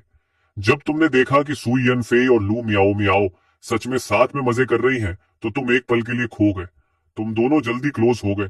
सुई यन फे हंस पड़ी। वो क्यूट भी है और स्मार्ट भी। मुझे कैसे पसंद नहीं आएगी? मियाओ मियाओ, चलो अपने डैड को बताओ कि डीमन रेल्म में तुम्हारा नंबर 1 बेस्ट फ्रेंड कौन है। आंटी सू। तुम और तुम्हारी बड़ी बेटी ने एक दूसरे की तरफ देखा। सुयान फाई तो कमाल की खिलाड़ी निकली, लेकिन उसी समय तुम्हारे स्पेशल स्टोरेज में रखा मैसेज जेड स्लिप अचानक बज करने लगा। तुमने उसे निकाला तो पता चला कि शंचू से तुम्हारा पुराना दोस्त ओल्ड ही मैसेज भेज रहा है। मैं अब शांचू में नहीं रह सकता, क्या मैं डीमन रियलम में तुम्हारे पास आ सकता हूँ? ओल्ड ही क्या हुआ? तुम्हारे जाने के बाद सबको पता चल गया कि तुम डीमन रियल्म के सबसे बड़े राइवल्स में से एक हो और मेरे तुम्हारे साथ रिश्ते की वजह से पूरा सेक्ट हमें लगभग एक ही समझता है। अब लोग कह रहे हैं कि मैंने सेक्ट से गद्दारी की है, कि मैंने डीमन रियल्म के लोगों को अंदर लाया। वैसे भी वो लोग तुम्हारी पीठ पीछे ही बातें करते हैं। चूंकि तुमने फैसला कर ही लिया है तो सीधे उस बॉर्डर पर आ जाओ जहां सियांचू और डीमन रियल्म मिलते हैं। फिर मुझे मैसेज करना, मैं खुद तुम्हें लेने आऊंगा। ठीक है। ओ हाँ, बताना भूल गया, तुम्हारी ex sister in law Liu Yuni भी मेरे साथ आने की जिद कर रही है। तुमने मना नहीं किया क्योंकि वो एक्स सिस्टर इन लॉ हमेशा तुम्हारे और बच्चों के लिए अच्छी रही थी।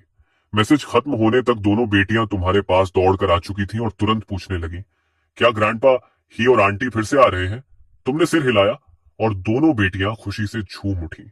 लेकिन जब सू यान फेई ने यह खबर सुनी तो उसकी आंखें धीरे धीरे सिकुड़ गईं। अच्छा, तो अब मैं देखूंगी कि उस औरत की छोटी बहन में कितना दम है। उसी समय कहीं एक ग्रैंड हॉल में सिस्टर, क्या आप बच्चों के लिए कोई संदेश देना चाहेंगी? लियो रुयन ने आंखें बंद कर ली। लंबी चुप्पी के बाद बोली, उनसे कहना कि उनकी माँ की भी अपनी जिंदगी है। उनसे कहना कि मुझसे नफरत मत करें और अपना ख्याल रखना, जल्दी वापस आ जाना। वहां जितना ज्यादा रुकोगे उतना खतरा बढ़ेगा। लियो यूनी ये सब सुनकर पूरी तरह टूट गई और बिना कुछ कहे मुड़कर चली गई। अगले दिन दोनों शांचू और डीमन रेलम की सीमा पर पहुंच गए। ओल्ड ही ने जेट स्लिप निकाला और मैसेज भेजा, हम बाउंड्री पर पहुंच गए हैं, तुम कहाँ हो? ज्यादा देर नहीं हुई थी कि सीमा पार करते ही उनके सामने अचानक एक आकृति प्रकट हुई। तुम तुरंत आगे बढ़े। ओल्ड ही ने तुम्हारे कंधे पर थपकी दी। पहली बार यहाँ आए हो मोयू, हमें सुरक्षित रखना, चिंता मत करो, डीमन रियल में कोई तुम्हें छू भी नहीं सकता। चलो मेरे पीछे आओ, बच्चे पहले से तुम्हारा इंतजार कर रहे हैं। थोड़ी देर बाद तुम सबको कोर्टयार्ड में ले आए। सबका छोटा सा परिचय होने के बाद अचानक सुयान फाई ने तुम्हारी तरफ इशारा किया और नए आए दोनों लोगों से कहा, ओ हाँ, मैं अपना सही परिचय देना भूल गई थी। मैं अभी भी एक्टिवली इन्हें परस्यू कर रही हूँ। जैसे ही ये शब्द गिरे, कमरे का जो माहौल अभी गर्म और सहज हो रहा था वो तुरंत अजीब सा हो गया। तुमने सुयान फाई को बेबस नजरों से देखा। हाँ, लगता है चिंगन यहाँ भी काफी पॉपुलर है। ओल्डे खुद को रोक नहीं पाया और सुयान फाई को ध्यान से देखने लगा। रुको, ये औरत बिल्कुल उस डीमन रेल्म की पावर हाउस जैसी क्यों दिख रही है जिसे उस दिन शांचू के कल्टीवेटर्स ने घेर लिया था? और तुम समझ गए कि ये बातचीत यहीं खत्म करनी होगी। तुम सब लंबा सफर करके आए हो, जरूर थक गए होंगे, पहले सबको आराम करने देते हैं। लेकिन सुयान फेई ने देखा कि तुमने जानबूझकर बात को वहीं खत्म कर दिया और वो तुरंत खुश नहीं हुई। फिर उसने चुपचाप अपनी नजर लियू यूने की तरफ घुमाई, लेकिन देखा कि लियू यूने भी पहले से ही उसे देख रही थी और इस तरह दोनों एक दूसरे को खामोशी से नापने लगी, जैसे बिना बोले ही एक गहरी टक्कर चल रही हो। करीब 2.5 मिनट बाद ओल्ड ही ने जल्दी से तुम्हारा हाथ पकड़ा और तुम्हें पीछे वाले गार्डन में खींच ले गया। अरे चिंगन, क्या तुम और रुयान सच में हमेशा के लिए खत्म हो गए हो? अगर तुम्हें जरूरत हो तो मैं तुम दोनों के बीच पैचअप कराने के लिए जो भी कर सकता हूँ करूंगा। आखिर सबसे पहले तुम दोनों की मुलाकात मैंने ही करवाई थी। जरूरत नहीं, जाने दो। अच्छा, अगर ऐसा ही है तो मैं यहीं हमेशा के लिए रहने वाला हूँ। सच कहूं तो इस बूढ़े आदमी को बस एल्केमी का अध्ययन करना पसंद है। बाहर की दुनिया में मुझे किसी और चीज से फर्क नहीं पड़ता, बस यहाँ मेरे लिए एक सही एल्केमी रूम बनवा दो, वही काफी है। और सबसे बड़ी बात, मुझे तुम्हारे दोनों बच्चे बहुत पसंद है। मैं उन्हें स्वस्थ तरीके से बड़ा होते देखना चाहता हूँ। इतना कहते ही होंग की आंखों में हल्की सी उदासी चमक गई, क्योंकि तुम्हें पहले से पता था कि ही होंग की भी कभी एक बेटी थी, लेकिन वो बहुत छोटी उम्र में ही मर गई थी। ठीक है, मैं किसी को कहकर तुम्हारे लिए एल्केमी रूम बनवा देता हूँ। जैसे ही तुम डीमन डोमेन में सेटल हो जाओगे, मैं सब कुछ अरेंज करवा दूंगा। ही होंग हल्का सा हंस पड़ा। मैं तुमसे मुफ्त में फायदा नहीं उठा सकता। जब भी तुम्हें एल्केमी की जरूरत हो, बस मुझे बुला लेना, मैं फ्री में कर दूंगा। तुम मजाक में बोले, ठीक है, तुमने खुद कहा है, मैं इस फ्री लेबर का पूरा फायदा उठाऊंगा। थोड़ी देर बाद जब तुम हॉलवे में पहुंचे तो सामने लियू यूनई मिल गई, जो अभी अभी तुम्हारी बड़ी बेटी के कमरे से बाहर आई थी। ब्रदर इन लॉ, क्या मैं आपसे अकेले में बात कर सकती हूँ? तुमने एक पल सोचा और फिर मान गए, इसलिए तुम दोनों गार्डन की तरफ चल पड़े। लेकिन सुयान फाई ने यह सब देख लिया। उसने श्याओ शिंगई की तरफ मुड़कर कहा, उसकी बहन तो पहले ही उससे डिवोर्स ले चुकी है, फिर भी वो उसे ब्रदर इन लॉ क्यों बुला रही है और उससे अकेले में बात क्यों कर रही है? क्या उसे नहीं पता कि एक मर्द और औरत का अकेले रहना ठीक नहीं होता? इसमें इतनी बड़ी बात क्या है? वो 1000 साल से उसे ब्रदर इन लॉ कहती आई है, ये एक दिन में कैसे बदल जाएगा? आखिर तुम किसका पक्ष ले रहे हो? श्याओ शिंगई के माथे पर ठंडा पसीना आ गया। मैं जो कहने जा रहा हूं वो तुम्हें पसंद नहीं आएगा। छोड़ो, मैं चुप ही रहता हूं। उधर पीछे वाले गार्डन में अपनी पूर्व sister in law Liu Yuni को देखते ही तुम्हें अंदाजा हो गया था कि वो क्या कहना चाहती है। अगले ही पल लियू यूनी अचानक तुम्हारे सामने 90 डिग्री झुक गई। ब्रदर इन लॉ, मैं अपनी बहन की तरफ से आपसे माफी मांग रही हूँ। तुमने गहरी सांस ली। तुम्हें पता था कि वो दिल की अच्छी है। उठो, इसमें तुम्हारी कोई गलती नहीं है। मैंने उसे बचपन से बड़ा होते देखा है, इसलिए मुझे सबसे ज्यादा पता है कि उसे ताकत पाने की कितनी चाह है। लेकिन मैंने कभी नहीं सोचा था कि बात इतनी खराब हो जाएगी। बस अब रहने दो, बात यहां तक आ चुकी है, अब वापस लौटना संभव नहीं है। लियू यूनी ने और ज्यादा सिर झुका लिया। अगर और कुछ नहीं है तो चलो वापस चलते हैं। ब्रदर इन लॉ, मैं जोंगरान और अपने छोटे भाई की तरफ से भी आपसे माफी मांगना चाहती हूँ। तुम वहीं खड़े खड़े चुप हो गए। मन में सोचा, ये लड़की क्या माफी मांगने के लिए ही पैदा हुई है क्या? फिर तुम मुस्कुरा दिए। अच्छा, माफी मांगना चाहती हो ना, तो कम से कम थोड़ी सिंसेरिटी तो दिखाओ। लियू यूनी शर्मा गई। तो आपको मेरी माफी स्वीकार करने के लिए मुझे क्या करना होगा? फिर तुमने कहा, तो अब से यहीं रहो और वापस मत जाओ। क्या ऐसा कर सकती हो? तुम बस मजाक कर रहे थे। लेकिन ये सुनते ही लियू यूं नहीं बोली, मैं पहले वापस जाकर ठीक से विदा कहकर आ सकती हूँ। तुम मन ही मन बोले, अरे यार ठीक है, अब मैं मजाक नहीं कर रहा, मैं तुम्हारी माफी स्वीकार करता हूँ, अब खुश? मुझे तो समझ ही नहीं आता तुम्हें क्या कहूं। लियू यूनई थोड़ी निराश सी दिखी। ये देखकर तुम मुड़े और कोर्टयार्ड की तरफ वापस चल पड़े। वहां पहुंचकर तुमने देखा कि ही होंग अपने हाथ में पकड़े डिवाइन वेपन को बड़े ध्यान से घूर रहा था। तुम्हें देखते ही होंग जल्दी से बोला, ये तुम्हारा पियरलेस डिवाइन वेपन आखिर तुम्हें कहाँ मिला? इस स्तर की एल्केमी स्किल और इस ग्रेड की धातु मैंने कभी नहीं देखी। ये सच में नेक्स्ट लेवल है, और जिसने भी ये ट्रेजर बनाया है उसकी एल्केमी लेवल तुमसे भी कहीं ज्यादा है। अगर तुम्हें दिलचस्पी हो तो मैं उसे तुम्हें सिखाने के लिए बुला सकता हूँ। ही होंग तुरंत उत्साहित हो गया। सच में? ऐसा पावर हाउस मुझे अपने पास सीखने देगा? अगर वो नहीं मानेगा तो मैं उसे पीट कर मना लूंगा, इसकी चिंता मत करो। पीट कर मनवाओगे? ये तो थोड़ा अजीब लग रहा है। और अगर मैं गलत नहीं हूं तो जिसने ये ट्रेजर बनाया है वो ग्रेट एम्परर रेल्म के पीक पर है। क्या तुम सच में उसे हरा सकते हो? तभी श्याओ चिंगई हंस पड़ा। ब्रदर हे, बस उस पर भरोसा रखो। डीमन डोमेन में कोई उसकी बात नहीं टालता, वरना पिटाई होती है। ये सुनते ही होंग और लियू यूनी दोनों चौंक गए। हाँ हाँ, बढ़िया है, ऐसे में मैं ट्यान्यू वॉल्ट जाकर कुछ अच्छे मटेरियल्स ले आता हूँ। फिर तुमने लियू यूनी की तरफ इशारा करते हुए कहा, वैसे तुम लोगों में जो ग्रेट एम्परर रेल्म में नहीं पहुंचे हो, मेरे साथ आओ। वहां एक जगह है जो तुम्हारे फिजिक को क्लींस कर सकती है, ताकि बाद में ग्रेट एम्पर रियलम में ब्रेक थ्रू करना आसान हो जाए। फिर तुमने श्याओ चिंगई से कहा, ओल्ड श्याओ, तुम्हारे पास वांग डुआनशान का ट्रांसमिशन मार्क है ना? उसे यहाँ आने को कहो, मुझे उससे एक और एल्केमी रूम बनवाना है और बाद में वो एल्केमी में भी मदद करेगा। श्याओ चिंगई ने तुरंत सिर हिलाया। फिर तुम चारों को लेकर वहां से निकल गए। इसके बाद श्याओ चिंगई ने ट्रांसमिशन जैड स्लिप निकाला। हेलो वांग डुआनशान, हाँ मैं ही हूं फिर से। अगर तुम हो तो बाय। रुको रुको, बाय का क्या मतलब? इस बार मैं तुम्हें नहीं बुला रहा, तो फिर कौन बुला रहा है? जाहिर है वही आदमी। अभी तुरंत यहाँ आ जाओ, उसे एल्केमी में तुम्हारी मदद चाहिए और यहाँ एक एल्केमी रूम भी बनवाना है। तुम फिर से मुझे बेवकूफ बनाने की कोशिश कर रहे हो। पिछली बार भी तुमने कहा था कि वो वापस आ गया है और मुझे बुलाकर अपने लिए वेपन फोर्ज करवा लिया था। क्या मैं फिर से फंस जाऊंगा? इस बार सच में आया है। मैं कसम खाता हूं, अगर मैं झूठ बोल रहा हूं तो मैं तुम्हारा पोता। हाँ हाँ हाँ, तुम पहले भी एक बार मेरे पोते बन चुके हो, श्याओ चिंगी थोड़ी देर चुप रहा, फिर बोला, अगर विश्वास नहीं है तो शुई तियान फई से पूछ लो, वो मेरे पास ही खड़ा है। तभी शुई तियान फई की आवाज आई, हाँ वो सच में वापस आ गया है। ओ, तो तुम और श्याओ चिंगी अब ज्यादा चालाक हो गए हो।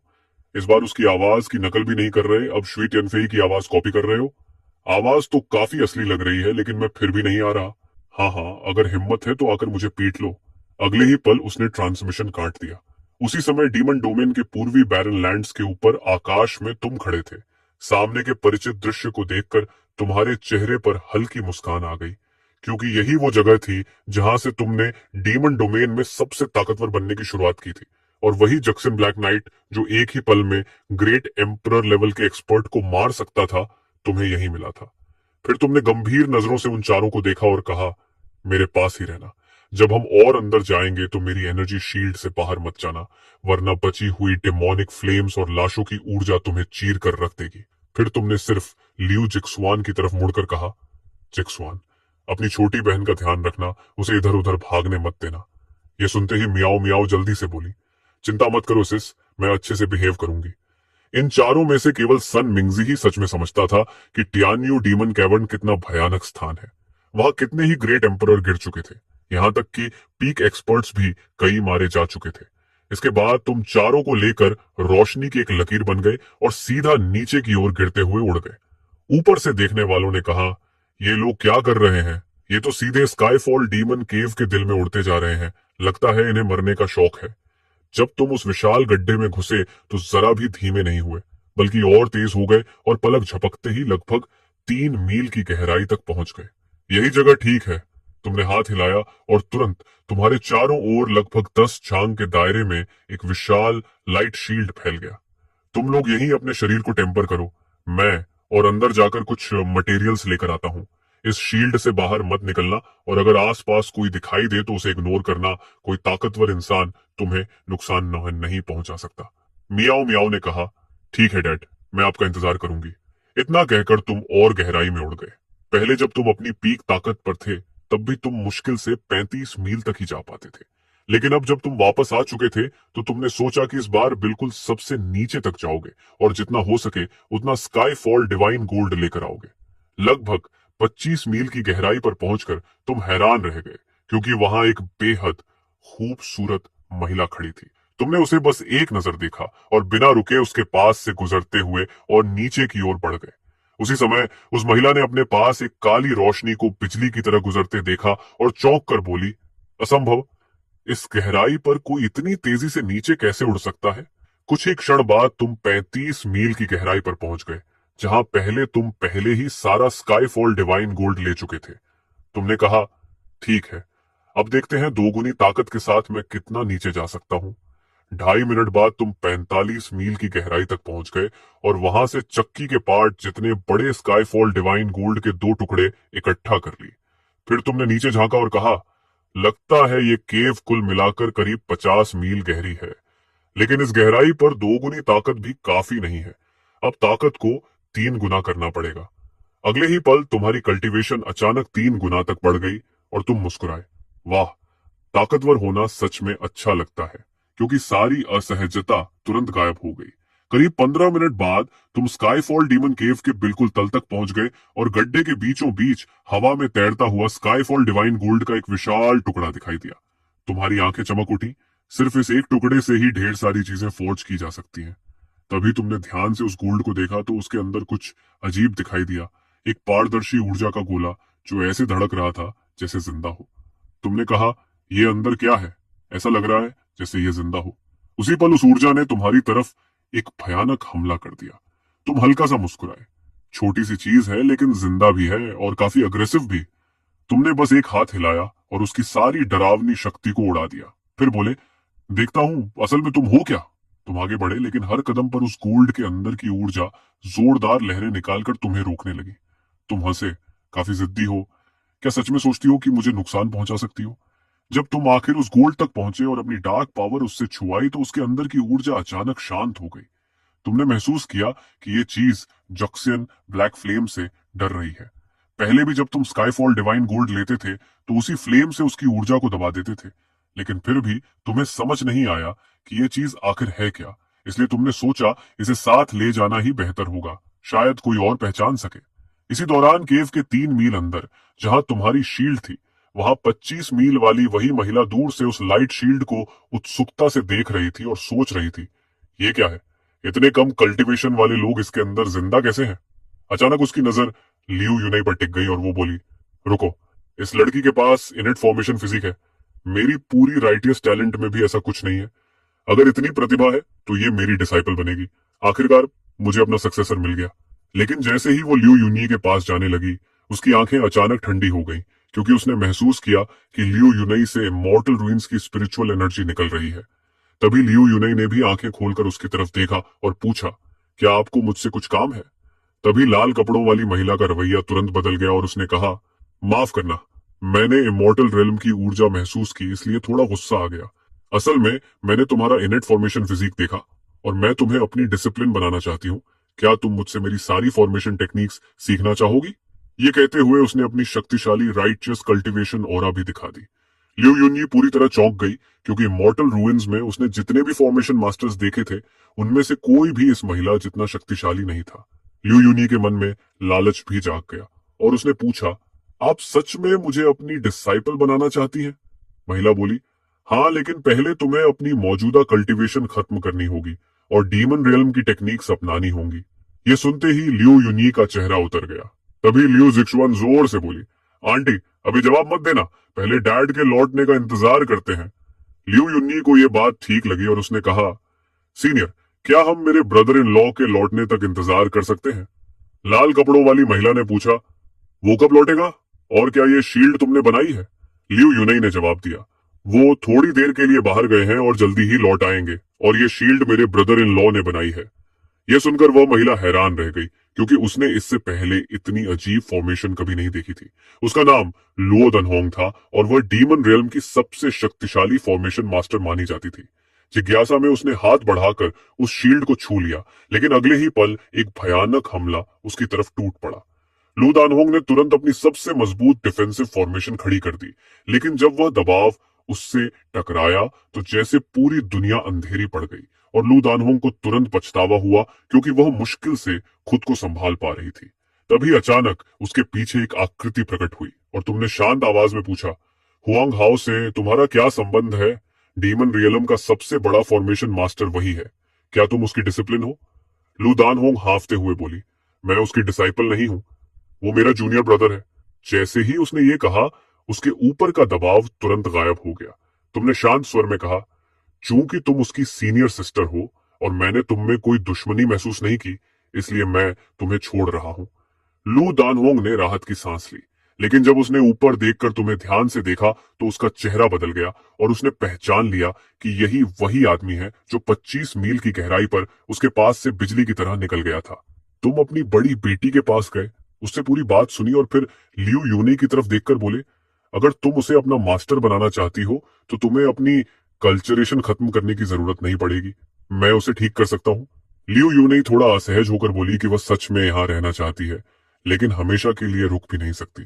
तुमने तुरंत समझ लिया कि उसके मन में असली चिंता क्या है। तुमने कहा, अगर तुम अपनी बहन और भाई की वजह से हिचक रही हो तो उनकी चिंता मत करो। तुम्हारी बहन को तो बस ताकत चाहिए, उसे कह देना कि तुम यहाँ और मजबूत बनना चाहती हो, वो खुद ही मान जाएगी। और तुम्हारे भाई की तो बात ही छोड़ दो, सच कहे तो तुम्हारे मन में थोड़ा सा स्वार्थ भी था। अगर वह यहाँ रुकती तो वह बच्चों का ख्याल और अच्छे से रख सकती थी। लियू यूनई ने थोड़ी देर सोचा और बोली, मैं इस बारे में सोचूंगी, अभी वापस जाने की कोई जल्दी नहीं है। उधर लू दानहोंग सिर झुकाए खड़ी थी और खुद को थोड़ा बेबस महसूस कर रही थी। मुझे ही डिसिप्लिन्स बढ़ती करने चाहिए, लेकिन यहाँ तो मुझसे कोई पूछ ही नहीं रहा।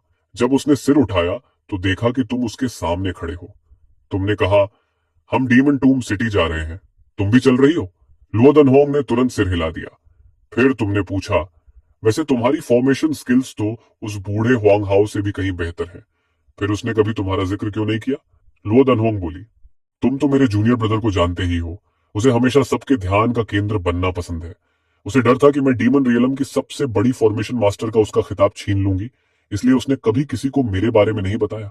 मुझे भी बस फॉर्मेशंस का अध्ययन करना पसंद है, नाम या शोहरत से मुझे कोई मतलब नहीं। ये सुनकर तुम कुछ पल के लिए चुप रह गए और मन ही मन सोचा कि वह बूढ़ा हुआंग हाओ तो तुम्हारी सोच से भी ज्यादा बेशर्म निकला। करीब आधे घंटे बाद तुम डीमन टॉम सिटी के छोटे कोर्टयार्ड में लौट आए। वहां वांग डुआनशान को देखकर तुम मुस्कुराए और बोले, ओल्ड वांग, तुम सच में आ गए। हाँ हाँ, यकीन नहीं होता कि तुम सच में वापस आ गए हो। अच्छा हुआ शुई तियानफई ने मुझे मैसेज कर दिया था, नहीं तो सब गड़बड़ हो जाती। मैंने इस बूढ़े श्याओ को कहा था कि तुम वापस आ गए हो, लेकिन यह मानने को तैयार ही नहीं था। वांग डुआनशान मासूम सा चेहरा बनाकर बोला, तुम्हें पता नहीं ये ओल्ड श्याओ मुझे कितनी बार बेवकूफ बना चुका है, इसलिए मैं जोखिम नहीं ले सकता था। तुम हल्का सा हंस पड़े। तभी ल्यू मियाओ मियाओ आगे आई और पूछने लगी, डैड ये कौन है? तुमने कहा, ये वांग डुआनसन है, तुम्हारे डैड के पुराने दोस्त, इन्हें जो चाहे बुला सकती हो। अगले ही पल लू मियाओ मियाओ जोर से बोली, हेलो ग्रैंडपा वांग। यह सुनकर तुम भीतर तक सिहर गए और वांग डुआनसन भी एकदम जड़ हो गया। उसने पूछा, ये तुम्हारी बेटियां हैं? लियू जी शुआन ने भी तुरंत उसे ग्रैंडपा कहकर पुकारा। ये दो शब्द उसके दिल पर सीधा असर कर गए और वांग डुआनशान पूरी तरह पिघल गया। वह हंसते हुए बोला, अरे तुम दोनों, ग्रैंडपा वांग को तो पता ही नहीं था कि तुम लोग हो। मैं कोई खास तोहफा भी नहीं लाया। चलो ऐसा करते हैं, ये मेरी दो सबसे अच्छी 10वीं ग्रेड स्वॉर्ड्स हैं, इन्हें ग्रैंडपा की तरफ से वेलकम गिफ्ट समझ लो। तुम्हारी बेटियां थोड़ी झिझकी तो तुमने कहा, चिंता मत करो, ले लो। फिर तुम मुस्कुराकर बोले, एक एक काफी नहीं है, अच्छी चीजें ज्यादा हो तो बेहतर है।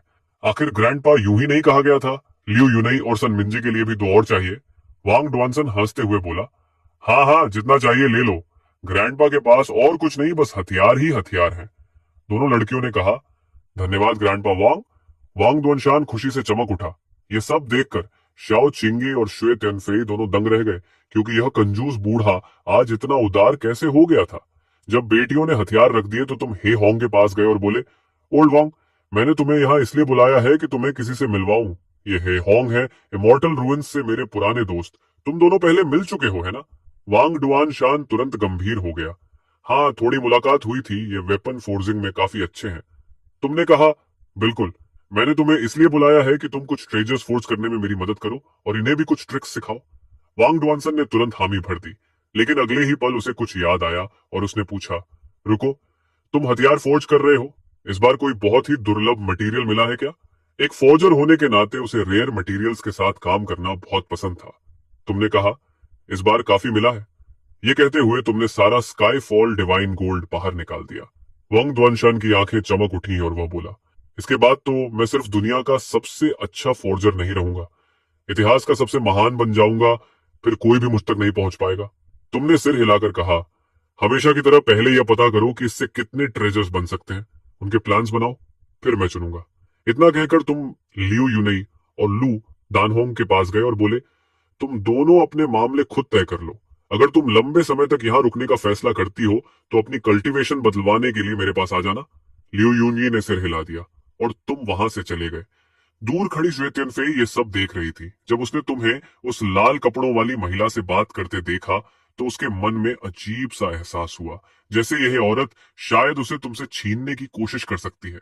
करीब 15 मिनट बाद लियू यूनी एक शांत जगह पर गई और अपना साउंड ट्रांसमिशन जेड निकालकर मैसेज भेजा, सिस, मैं यहाँ हमेशा के लिए रहना चाहती हूँ।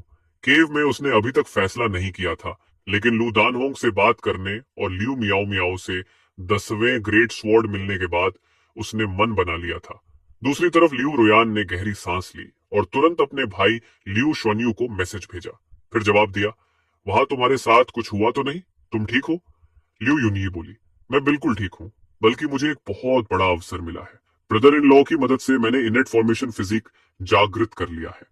जैसे ही उसने यह कहा, लियू रुयान का भाई लियू श्याओन्यू और लियू जिंगरान कमरे में आ गए। इनेट फॉर्मेशन फिजिक सुनते ही दोनों हैरान रह गए। क्या तुम सच कह रही हो? ऐसा फिजिक तो सिर्फ दंत कथाओं में मिलता है। लियू यूनई बोली, मैं पूरी तरह निश्चित हूं। फिर उसने पूरी घटना विस्तार से बता दी। लियू रुयान सब सुनकर भौहें चढ़ाते हुए बोली, यह सब कुछ बहुत आसान और संदिग्ध लग रहा है, और वो महिला उसके दोस्त की सीनियर सिस्टर है। कहीं तुम्हें धोखा तो नहीं दिया जा रहा? लियू यूनई ने तुरंत कहा, ब्रदर इन लॉ ऐसे नहीं है, उनकी पहचान बहुत खास है, मुझे अभी हाल ही में पता चला। उसके चेहरे पर कड़वी मुस्कान आ गई, क्योंकि उसे अभी पता चला था कि उसका ब्रदर इन लॉ असल में डीमन रेल्म का मशहूर इटर्नल नाइट डीमन एम्परर है, और जिस ऊंचाई का पीछा उसकी बहन कर रही थी वह तो उसके लिए सिर्फ शुरुआत का छोटा सा कदम था। तभी लिu शुआनयू, जो हमेशा अपने ब्रदर इन लॉ को कम समझता था, बोला, कौन सी बड़ी पहचान, बस डीमन रेलम का एक एम्परर ही तो है, पीक एम्परर लेवल एक्सपर्ट। एक दिन हमारी बहन उससे भी ज्यादा शक्तिशाली होगी। इटर्नल नाइट डीमन एम्परर के बिल्कुल पास खड़ी लिu युन्यी के मन में अजीब सा द्वंद्व चल रहा था। उसने सोचा कि बेहतर होगा वह और कुछ न कहे, क्योंकि सच बोलने से उसकी बहन का कल्टीवेशन हार्ट टूट सकता है। उसने कहा, ब्रदर इन लॉ यहाँ बहुत शक्तिशाली हैं और उन्होंने मेरे लिए सब कुछ पहले ही तय कर दिया है, इसलिए मेरी चिंता मत करो। लिu शुआनयू का सिर सुन्न हो गया और वह बोला, सेकंड सिस्टर, क्या उस आदमी ने तुम्हारा ब्रेन वॉश कर दिया है? तुम उसकी इतनी रक्षा क्यों कर रही हो? लिu युन्यी अचानक गुस्से में बोली, मुझे बहुत अच्छी तरह पता है कि ब्रदर इन लॉ किस तरह के इंसान है, और अगर तुमने एक बार भी उनके बारे में बुरा कहा तो तुम मेरे भाई नहीं रहोगे। माहौल गर्म होते देख लिu रुयन ने कहा, युन्यी शांत हो जाओ, अभी के लिए इस बात को यहीं खत्म करते हैं, तुम थोड़ा और सोच लो, बाद में फिर बात करेंगे। इतना कहकर लिu रुयन ने कनेक्शन काट दिया, लेकिन लिu युन्यी समझ चुकी थी कि उसकी बहन क्या करने वाली है, इसलिए उसने तुरंत ही होंग को एक मैसेज भेज दिया। दृश्य बदलकर इमोर्टल रुइंस में चला जाता है, जहां लिu शुआनयू दांत भींचकर कह रहा था, एल्डर, वो कॉल उठा ही नहीं रहा, आखिर हो क्या रहा है? सिस, यहाँ कुछ बहुत ही संदिग्ध चल रहा है, रुको मैं फिर से कोशिश करता हूँ, शायद वह अभी व्यस्त हो। तभी जो लिu जिंगरान चुपचाप एक तरफ खड़ा था अचानक बोला, मॉम, मुझे लगता है आंटी सच कह रही हैं, डैड वैसे इंसान नहीं है। यह सुनकर लिu शुआनयू तुरंत भड़क गया, डैड वैसे नहीं है? लिu जिंगरान, ऐसा मत दिखाओ जैसे तुम अपने डैड को बहुत जानते हो। तुम्हारी मॉम के उन्हें छोड़ने से पहले क्या तुम्हें कभी लगा था कि वह डीमन रियल्म से हैं? यह सुनते ही लिu जिंगरान पूरी तरह चुप हो गया। तभी मैसेज जेड अचानक चमक उठा, रुयान, इतनी जल्दी क्या है, तुम्हें मुझसे कुछ काम था? लिu रुयान तुरंत बोली, हाँ, मुझे बस एक बात कंफर्म करनी है, मेरी बहन अचानक कह रही है कि वह वहां हमेशा के लिए रहना चाहती है। इसके बाद लिu रुयान ने अपनी बहन से अभी अभी सुनी सारी बात ही होंग को बता दी। हे होंग तुरंत उत्साहित होकर बोला, हाँ, ये सब सच है, चिंता मत करो, तुम्हारा एक्स यहाँ सच में बहुत डरावना है। और कुछ पूछना है? अगर नहीं तो मुझे काम पर लौटना है। लिu रुयान के मन में और बुरा शक पैदा हो गया। एल्डर हे, क्या आपको यकीन है कि आप जो कह रहे हैं वह सब सच है? हे होंग थोड़ा नाराज हो गया, रुयान, ये तो ठंडा व्यवहार है, मैंने कब तुमसे झूठ बोला है? अगर तुम्हें मुझ पर भरोसा ही नहीं है तो फिर मुझे कॉल क्यों किया? इतना कहकर ही होंग ने कनेक्शन काट दिया। दूसरी तरफ लिu रुयान की भौहें सिकुड़ गई। नहीं, युन्यी को वापस आना ही होगा। लिu शुआनयू ने आह भरी, मुझे तो लगता है सेकंड सिस्टर अब वापस नहीं आएगी, इवन एल्डर ही भी। लेकिन लिu रुयन ने उसे रोक दिया, जब तक वो खुद सामने आकर नहीं बताती हमें कुछ पता नहीं चलेगा। अगर सच में ऐसा है तो फिर हम उसे जाने देंगे। करीब 15 मिनट बाद लिu युन्यी ने तुम्हें अलग ले जाकर कहा, ब्रदर इन लॉ, मैंने फैसला कर लिया है, मैं वहीं रहूंगी, लेकिन मेरी सिस्टर को लगता है कि मैं ये फैसला अपनी मर्जी से नहीं कर रही, इसलिए शायद मुझे थोड़ी देर के लिए वापस जाना पड़ेगा। तुमने सिर हिलाया, अगर यूं नहीं रहना चाहती है तो यह अच्छी बात है। ठीक है, कब जा रही हो? लिu युन्यी बोली, अभी। तुमने तुरंत सिर हिलाया और स्पेस को चीरते हुए उसे साथ लेकर डीमन रियलम और इमोर्टल रुइंस की सीमा तक पहुंच गए। लिu युन्यी बोली, यहीं तक ठीक है ब्रदर इन लॉ, जब सब खत्म हो जाए तो मुझे मैसेज कर देना। इतना कहकर दोनों अलग अलग दिशाओं में चले गए। 1 घंटे बाद लिu युन्यी अपनी बहन के सामने खड़ी थी, लेकिन उसने देखा कि हॉल में 2 अजनबी भी मौजूद हैं।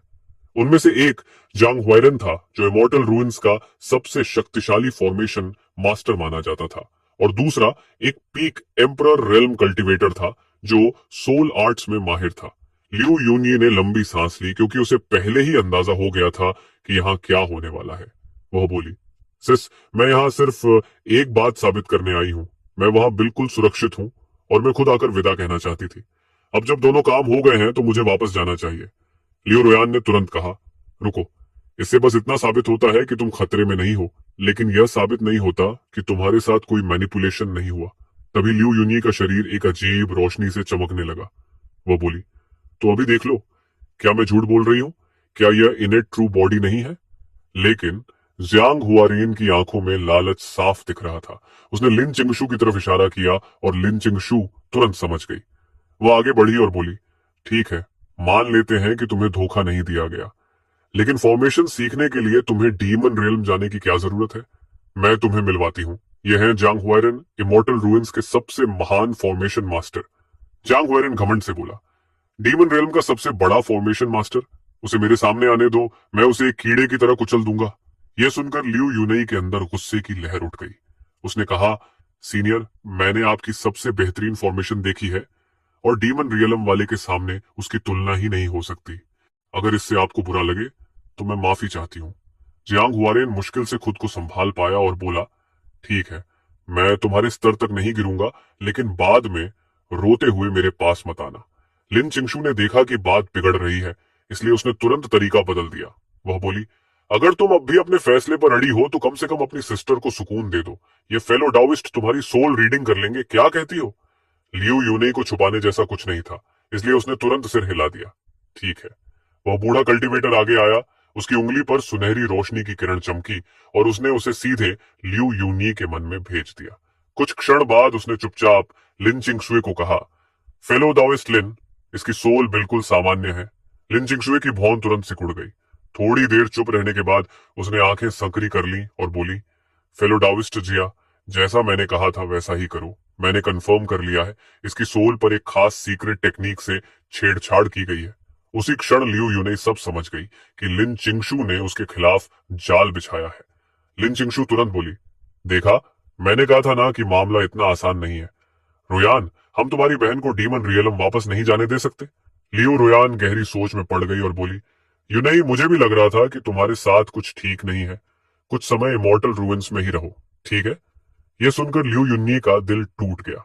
उसने कहा, सिस, आपने भी मुझ पर भरोसा नहीं किया। लिन चिंगशुए तुरंत बीच में बोली, एक्सक्यूज मी, क्या अपनी बहन से ऐसे बात की जाती है? वह यह सब तुम्हारे भले के लिए कर रही है। बस, फिर क्या था? लियू यूनई का सब्र टूट गया। वह गुस्से में बोली, लिन चिंगशु, अब बस भी करो। मेरी सिस्टर के डिवोर्स में तुम्हारा ही हाथ था और अब तुम हमारे बीच फूट डालने की कोशिश कर रही हो। तुम्हारा असली मकसद क्या है? लिन चिंगशु का चेहरा तुरंत काला पड़ गया। वह बोली, रोयान, अपनी बहन को देखो, डीमन रियल में कुछ ही दिन हुई है और इसकी सोल पहले ही कंट्रोल हो चुकी है। अगर तुमने इसे वापस जाने दिया तो तुम्हें पछताना पड़ेगा। लियू यूनी पूरी तरह भड़क गई और बोली, लिन चिंगशुए, तुम्हें हिम्मत कैसे हुई यह कहने की कि मेरी सोल कंट्रोल हो गई है? तुम्हारे पूरे परिवार की सोल कंट्रोल हो। लियो रोयान पूरी तरह स्तब्ध रह गई, क्योंकि उसने अपनी छोटी बहन को पहले कभी ऐसे नहीं देखा था। उसने कहा, यूनई, क्या तुम्हें पता है तुम अभी क्या कर रही हो? लियो यूनई ने दृढ़ आवाज में कहा, मुझे बिल्कुल पता है। शायद मेरी जिंदगी में पहली बार मैं इतनी साफ सोच रही हूँ। इतना कहकर उसने वह तलवार निकाल ली जो मियाओ मियाओ ने उसे दी थी। उसने कहा, अब मुझे समझ में आता है कि उस समय ब्रदर इन लॉ कैसा महसूस करते होंगे। फिर उसने तलवार सीधी लिन चिंगशु की तरफ तान दी और बोली, खुशकिस्मत हो कि मेरे पास ब्रदर इन लॉ जैसी ताकत नहीं है, क्योंकि अगर होती तो आज तुम्हारा आखिरी दिन होता। लिन चिंगशुए मासूम बनते हुए बोली, रूयन, देखो, तुम्हारी बहन पूरी तरह पागल हो चुकी है। हमें इसे यहीं रोकना होगा। लियो रोयान ने अपनी बदली हुई बहन को देखा और एक बार फिर लिन चिंगशु की बातों पर भरोसा कर लिया। उसने सख्त आवाज में कहा, हथियार नीचे रख दो, नहीं तो जो होगा उसके लिए मुझे दोष मत देना। ये शब्द सुनकर लियू यूनई पूरी तरह टूट गई। उसने अचानक तलवार अपनी ही गर्दन पर रख ली और बोली, तुम मुझे यहाँ इतना रोकना चाहती हो तो ठीक है, मैं यहीं मर जाती हूँ। लियू रोयान का चेहरा तुरंत सफेद पड़ गया, क्योंकि उसने कभी नहीं सोचा था कि उसकी बहन इतनी दूर तक चली जाएगी। वो कुछ करना चाहती थी, लेकिन उसे पता था कि उसकी बहन सेंट किंग रियलम की कल्टीवेटर है और उसके हाथ में वह बेहद शक्तिशाली टियर 10 स्वॉर्ड भी है। उसके हाथ की जरा सी हरकत और सब कुछ खत्म हो जाता। लियू रोयान घबराकर बोली, यूनई, प्लीज शांत हो जाओ, हम बैठकर बात कर सकते हैं। लियू यूनई ने ठंडे स्वर में जवाब दिया, अब बात करने के लिए कुछ बचा ही नहीं है। मेरी जिंदगी मेरी है, उसका फैसला भी मैं ही करूंगी। तभी लियू श्वानयू, जो शुरू से ही दूसरी बहन के जाने के खिलाफ था, अचानक आगे बढ़ा और बोला, बिग सिस, रुक जाओ। मैं सेकंड सिस को सबसे ज्यादा जानता हूं। मुझे पता है वो कैसी है। मैं भी चाहता हूं कि वह यहीं रहे, लेकिन इस तरह नहीं, हमारे परिवार को तोड़कर नहीं। लियू रुयान की भावनाएं पूरी तरह उलझ चुकी थी। कुछ देर चुप रहने के बाद उसने गहरी सांस ली और कहा, ठीक है, जाओ। जाने से पहले लियू यूनई ने आखिरी बार अपनी बहन और भाई की तरफ देखा और बोली, इस बार मैं वापस नहीं आऊंगी। अगर तुम अभी भी मुझे अपनी बहन मानते हो तो मुझ पर भरोसा करो, लिन चिंगशु पर भरोसा मत करना। फिर उसने लिन चिंगशु की तरफ ठंडी और सख्त नजरों से देखा। अपना ध्यान रखना, जिस दिन मैं तुमसे ज्यादा ताकतवर बन जाऊंगी उस दिन मैं तुम्हारे पीछे आऊंगी। इतना कहकर लिू यूनई ने एक टेलीपोर्टेशन फॉर्मेशन बना दी और पलक झपकते ही गायब हो गई। लिन चिंगशू तुरंत जियांग हुआइरेन की तरफ मुड़ी और बोली, फॉर्मेशन तोड़ो और उसके पीछे जाओ। लेकिन लिू रुयान ने सख्त आवाज में कहा, उसने अपना फैसला कर लिया है, उसे जाने दो। लिन चिंगशुए ने देखा कि लिू रुयान पूरी तरह गंभीर है, इसलिए वह पीछे हट गई। बाद में लिू रुयान ने लिन चिंगशुए को वहीं रोक लिया और पूछा, मास्टर, क्या वह सोल रीडिंग नकली थी? लिन चिंगशुए कुछ देर सिर झुकाकर चुप रही, फिर ऊपर देखकर बोली, रुयान, अगर तुम्हें पहले से जवाब पता है तो मुझसे पूछ क्यों रही हो? लिू रुयान ने धीरे से सांस ली और पूछा, आपने ऐसा क्यों किया? लिन चिंगशुए बोली, लियो यूनी ने इन्नेट ट्रू बॉडी जागृत कर ली है। ऐसी प्रतिभा अगर हमारी तरफ रहे तो हमारे पूरे प्लान को कितना फायदा होगा, तुम्हें अंदाजा है? क्या तुम्हें यह दिखाई नहीं देता?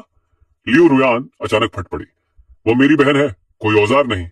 लिन चिंगशू ठंडी आवाज में बोली, रुयान, तुम अभी भी बहुत ज्यादा भावुक हो। मैंने तुम्हें पहले भी कहा है, अगर तुम्हें असली ताकत चाहिए तो हर भावनात्मक कमजोरी को काटना पड़ेगा। दोनों के बीच का माहौल तुरंत बर्फ जैसा ठंडा हो गया। लिन चिंगजुए बोली, ठीक है, जो चाहो करो, लेकिन खुद से पूछो, क्या अपनी बहन को वहां जाने देना सच में उसके लिए अच्छा है? तुम और मैं दोनों जानते हैं कि चाहे इटर्नल नाइट डीमन एम्परर खुद उसकी मदद करे, फिर भी उसकी कल्टीवेशन को बदलना लगभग नामुमकिन है। आखिर में वह डीमन रियल में मर ही जाएगी। लियू रुयान ने ठंडे स्वर में जवाब दिया, वह मरने से तो बेहतर है, और सबसे ज्यादा गुस्सा मुझे इस बात का है कि तुमने जो किया उसके बारे में मुझे पहले बताया भी नहीं। अगर दोबारा ऐसा किया तो फिर मुझे दोष मत देना।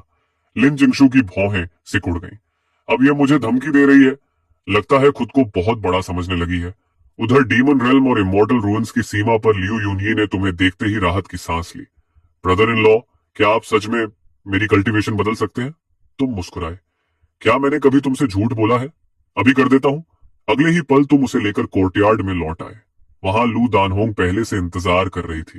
लियू यूनई तुरंत घुटनों के बल बैठ गई और बोली, मास्टर, कृपया मेरा प्रणाम स्वीकार कीजिए। इमॉर्टल रूइंस में जो कुछ हुआ उसके बाद उसके अंदर मजबूत बनने की आग जल रही थी। लू दानहोंग जल्दी से आगे बढ़ी और उसे उठाते हुए बोली, अरे उठो उठो। तभी उसके पीछे से एक हाथ उसके कंधे पर रखा गया और तुमने कहा, फेलो दाओइस्ट लुओ, अब यह तुम्हारी जिम्मेदारी है, इसे अच्छे से सिखाना। अगर यह अच्छा प्रदर्शन करेगी तो मैं तुम्हें अच्छा इनाम दूंगा। ये सुनते ही लू दानहोंग हल्का सा कांप गई, क्योंकि उसके दिमाग में यह किसी चेतावनी जैसा लगा। उसी समय पास खड़ा श्यूतियन फाई यह सब देख रहा था और अंदर ही अंदर गुस्से से जल रहा था। लू दानहोंग से बात खत्म करने के बाद तुम लियू यूनई को अकेले एक छोटे से ग्रोव में ले गए और बोले, मेरी वर्तमान कल्चरेशन पहले से कई गुना ज्यादा है, इसलिए ग्रैंड अर्थ रियलम से नीचे की किसी भी कल्चरेशन को आसानी से बदला जा सकता है। करीब 15 मिनट बाद तुमने सफलतापूर्वक लियू यूनई की कल्चरेशन को डीमिक एनर्जी में बदल दिया। तुमने कहा, ठीक है, अब तुम्हारी कल्टीवेशन बदल चुकी है, अब यहां आराम से रहो, और अगर कोई ऐसी परेशानी आए जिसे तुम संभाल ना सको तो सीधे मेरे पास आना। उसी क्षण लियू यूनई के मन में एक अजीब सी भावना उठी। तुमने यह महसूस किया और तुरंत गला साफ करते हुए बोले, अगर और कुछ नहीं है तो मैं चलता हूं, थोड़ा समय लो और अपनी नई स्थिति की आदत डालो। इतना कहकर तुम तुरंत वहां से निकल गए। लियू यूनी का चेहरा पूरी तरह लाल हो गया, लेकिन उसी समय उसके जेड स्लिप पर उसके छोटे भाई का मैसेज आया। थोड़ी देर हिचकने के बाद उसने कॉल उठा लिया। लियू शाओन्यू बोला, सेकंड सिस, आखिर तुमने जवाब दिया। मैं तो घबरा गया था, लगा कहीं तुमने कोई बेवकूफी न कर ली हो। अपने भाई की आवाज सुनकर लियू यूनी के दिल में गर्माहट आ गई। उसने कहा, मैं ठीक हूं, ब्रदर इन लॉ मुझे लेने आए थे और उन्होंने मेरी कल्टीवेशन भी बदल दी। लियू शाओन्यू हैरान रह गया। सेकंड सिस, तुम सेंट किंग रियल में हो, यह कैसे संभव है? तुम मजाक कर रही हो। लियू यूनी हंसकर बोली, मैंने कब तुमसे झूठ बोला है? तुम हमेशा से ब्रदर इन लॉ को बहुत कम समझते आए हो, तुम उन्हें बहुत कम आंकते हो, वह सच में कमाल के हैं। यह सुनकर लियू शाओन्यू पूरी तरह चुप हो गया। लियू यूनी समझ गई कि उसका भाई अभी भी पूरी तरह यकीन नहीं कर रहा।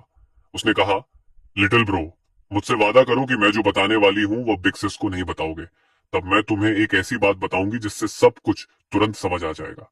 लियू शोन्यू बोला, क्या मतलब बिग सिस को मत बताना? आखिर बात क्या है, सीधे बताओ। लियू यूनी बोली, पहले हेवनली डाउ की कसम खाओ, अगर बिग सिस को बताया तो जिस लड़की को तुम पसंद करते हो उससे तुम कभी शादी नहीं कर पाओगे। लियू शोन्यू का मुंह खुला का खुला रह गया। सेकंड सिस, तुम पागल हो गई हो क्या? ऐसी कसम नहीं दिलाई जाती। लियू यूनी बोली, कसम खाओगे या नहीं? अगर नहीं तो मैं तुमसे कभी बात नहीं करूंगी। आखिरकार लियू शुआन्यू ने दांत भींचकर हेवनली डाउ की कसम खा ली।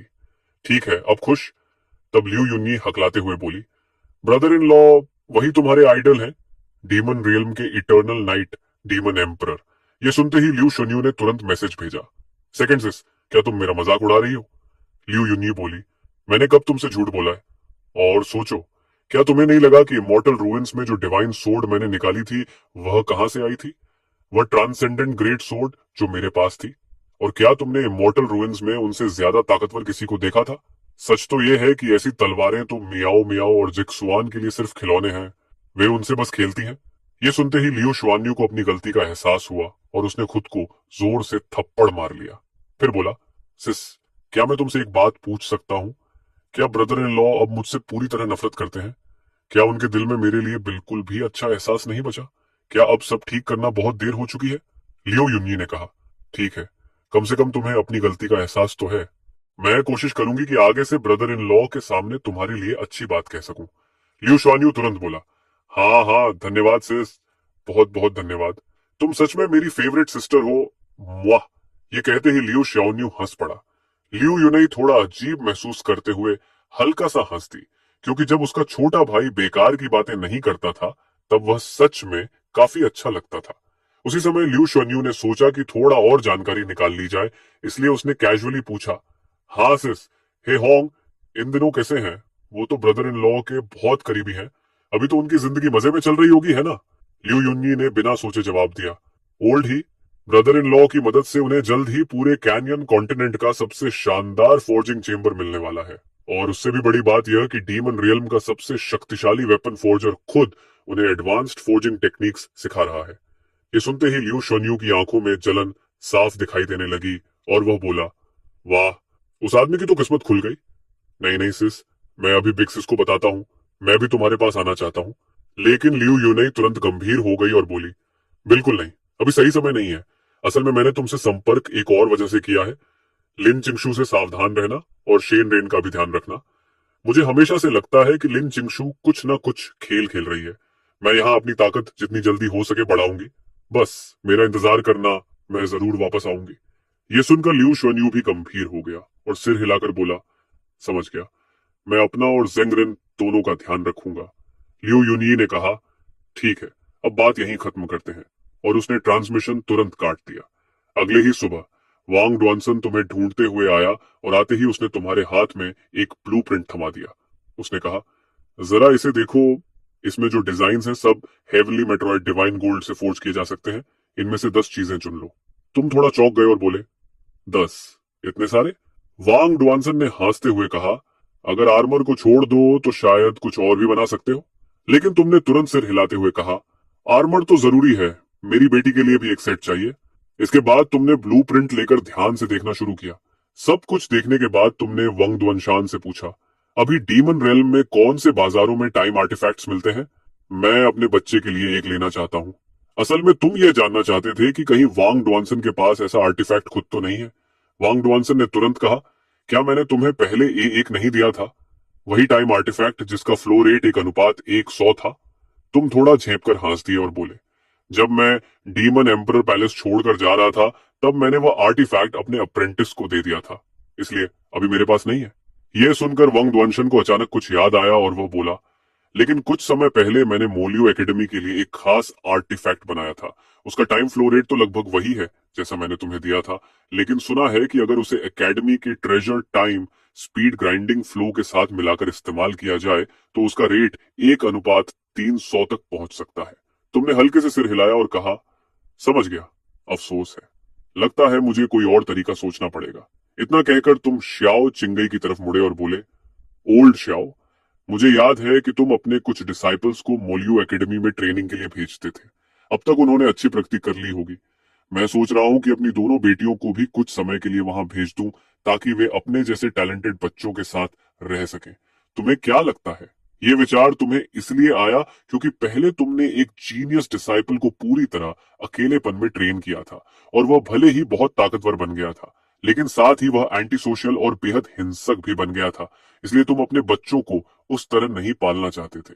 शाओ जिंगी ने गंभीरता से सिर हिलाया और बोला, मुझे लगता है यह बहुत अच्छा फैसला है। मोलियो एकेडमी इसके लिए सबसे सही जगह है। डीमन रियल्म के बाकी हिस्सों जितनी क्रूर और खून खराबे वाली जगह नहीं है। इसे एक तरह का सेफ स्टार्टर जोन समझ लो। तुमने कहा, ठीक है, मौका मिलने पर मुझे मोलियो एकेडमी के प्रिंसिपल से मिलवा देना।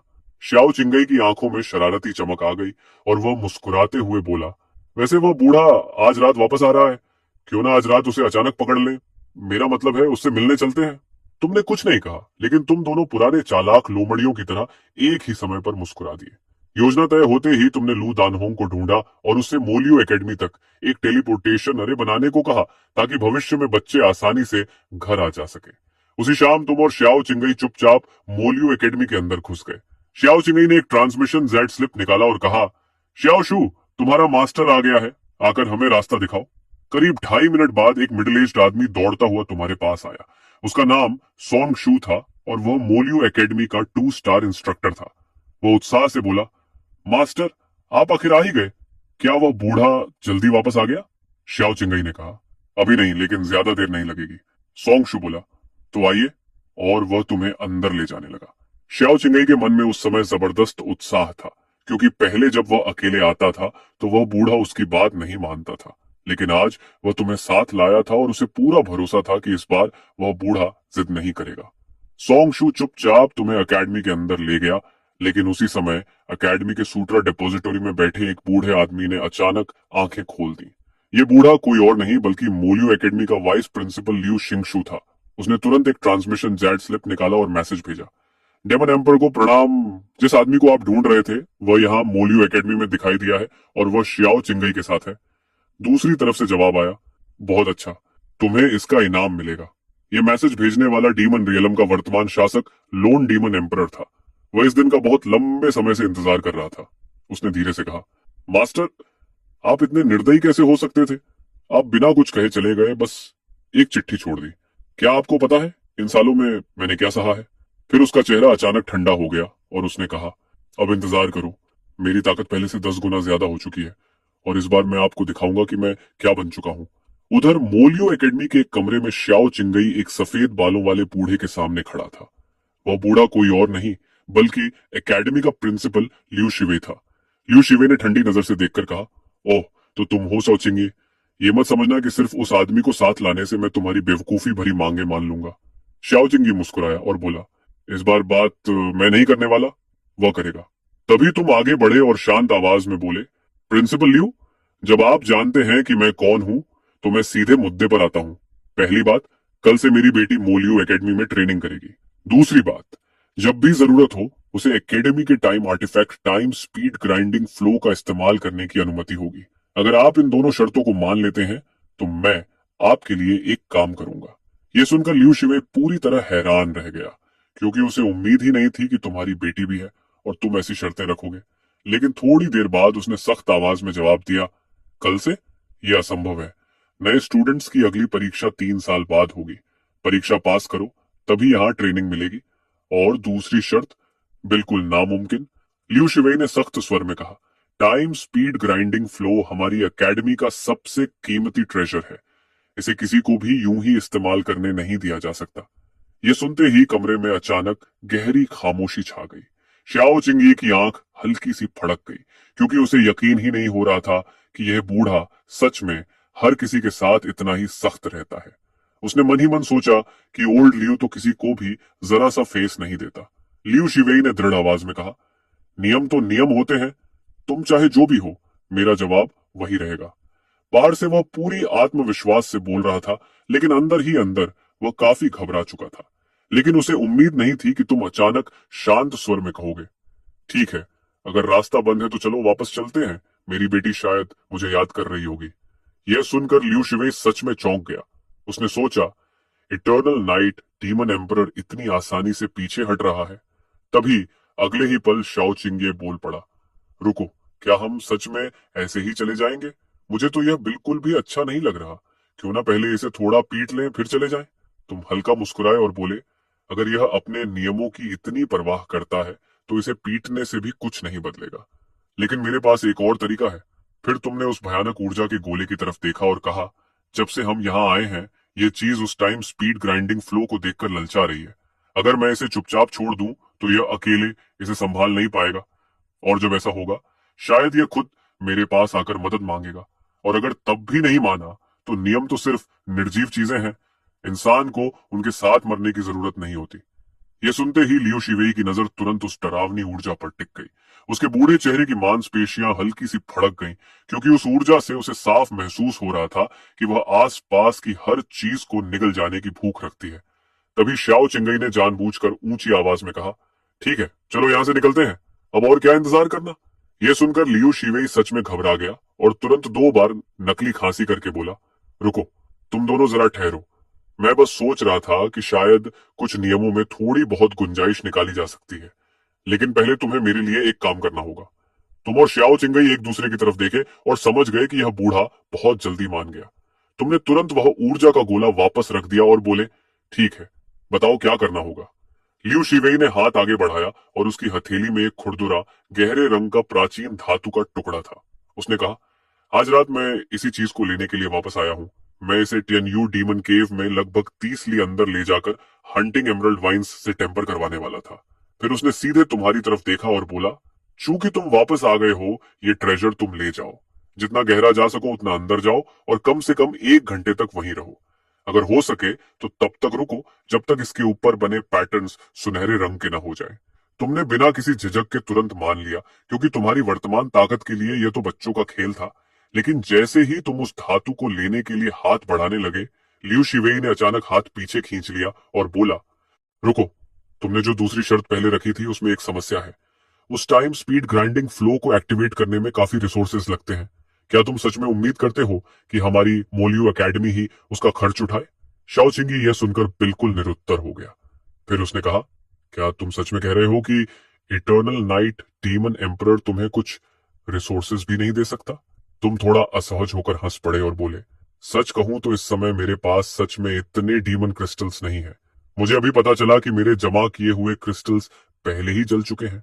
फिर तुमने मुस्कुराकर शाओ चिंगी की तरफ देखा और कहा, ओल्ड शाओ, इतने सालों में तुमने तो काफी डीमन क्रिस्टल्स जमा कर लिए होंगे, है ना? ये सुनते ही शाओ चिंगी ने खुद को ही मुंह पर थप्पड़ मार लिया। 1 घंटे बाद जब तुम लियू शिवे द्वारा दिया गया काम पूरा करके लौटे तो सीधे कोर्टयार्ड में आकर आवाज लगाई, जिक्सुआन, मियाओ मियाओ, डैडी वापस आ गया। तुरंत कई लोग बाहर आ गए। लियू जिक्सुआन दौड़कर तुम्हारे पास आया और पूछा, डैडी कैसा रहा? अब तक लियू जिक्सुआन को पता चल चुका था कि मोलियो एकेडमी के पास डीमन रियल्म का सबसे शक्तिशाली टाइम आर्टिफैक्ट है और वह ग्रैंड अर्थ रियल्म में ब्रेक थ्रू करने के लिए बेहद उत्साहित था। तुमने मुस्कुराकर कहा, तुम दोनों अब डीमन रियल्म की सबसे बेहतरीन एकेडमी में ट्रेनिंग करने वाले हो। इसके बाद तुम शुए त्यन फेई के पास गए और बोले, मुझे तुमसे एक बात करनी है। अभी मेरे पास डीमन क्रिस्टल्स थोड़े कम हैं, इसलिए मुझे तुमसे कुछ उधार लेने होंगे। बच्चों को मोलियो एकेडमी के टाइम आर्टिफैक्ट का इस्तेमाल करने के लिए रिसोर्सेज चाहिए होंगे। तुम्हें अच्छी तरह पता था कि श्यू तियानफेई का परिवार डीमन रियलम के सबसे बड़े ट्रेड गिल्ड्स में से एक चलाता है। ये सुनते ही श्यू तियानफेई की आंखें चमक उठी और वह बोली, तुम्हें जितने चाहिए उतने ले लो। तुमने कहा, तो फिर 100 million top grade demon crystals दे दो। श्यू तियानफेई ने बिना एक पल सोचे जवाब दिया, ठीक है, मैं अभी किसी को भेजकर भिजवा देती हूँ। तुमने कहा, जब मेरा अप्रेंटिस आएगा तो मैं तुम्हें लौटा दूंगा। लेकिन जुए तियानफेई ने तुरंत कहा, तुम क्या कह रहे हो? और वैसे भी ये बच्चों के लिए है, इतना तो मैं कर ही सकती हूँ। फिर वह लियू जिक्सुआन और लियू म्याओ म्याओ के पास गई और बोली, आंटी शुए तुम्हें खुद स्कूल छोड़ने और लेने आएगी, कैसा रहेगा? लियू म्याओ म्याओ की आंखें चमक उठी और वह बोली, हाँ आंटी शुए, अब आप पीछे नहीं हट सकती। तुमने तुरंत कहा, म्याओ म्याओ, आंटी शुए को परेशान मत करो, तुम्हारे पास मैं हूं ना। लेकिन लियू म्याओ म्याओ ने शुए तियानफेई का हाथ कसकर पकड़ लिया और बोली, मुझे आंटी शुए ही चाहिए। जब आंटी शुए होती हैं तो मुझे स्वादिष्ट खाना भी मिलता है और ट्रेनिंग भी। ये सुनते ही लियू जिक्सुआन ने उसकी गोल मटोल गालों को पकड़कर कहा, तुम छोटी फूडी, कभी ट्रेनिंग पर भी ध्यान दे लिया करो। तुम ही तो कहती थी कि जल्दी ग्रैंड अर्थ रियल में ब्रेक थ्रू करना है। लियू म्याओ म्याओ ने गाल फुलाकर कहा, लेकिन मैंने पता लगा लिया है कि जब मैं स्वादिष्ट खाना खाते हुए ट्रेनिंग करती हूँ तो मेरी ट्रेनिंग और भी तेज हो जाती है। यकीन नहीं होता? देखो। इतना कहकर उसने ठंडा वाटरमेलन निकाला और खाते हुए ट्रेनिंग दिखाने लगी। कुछ ही पलों बाद वहां मौजूद हर इंसान पूरी तरह हैरान रह गया। वह बोली, देखा, मैंने कहा था ना, मैं झूठ नहीं बोल रही।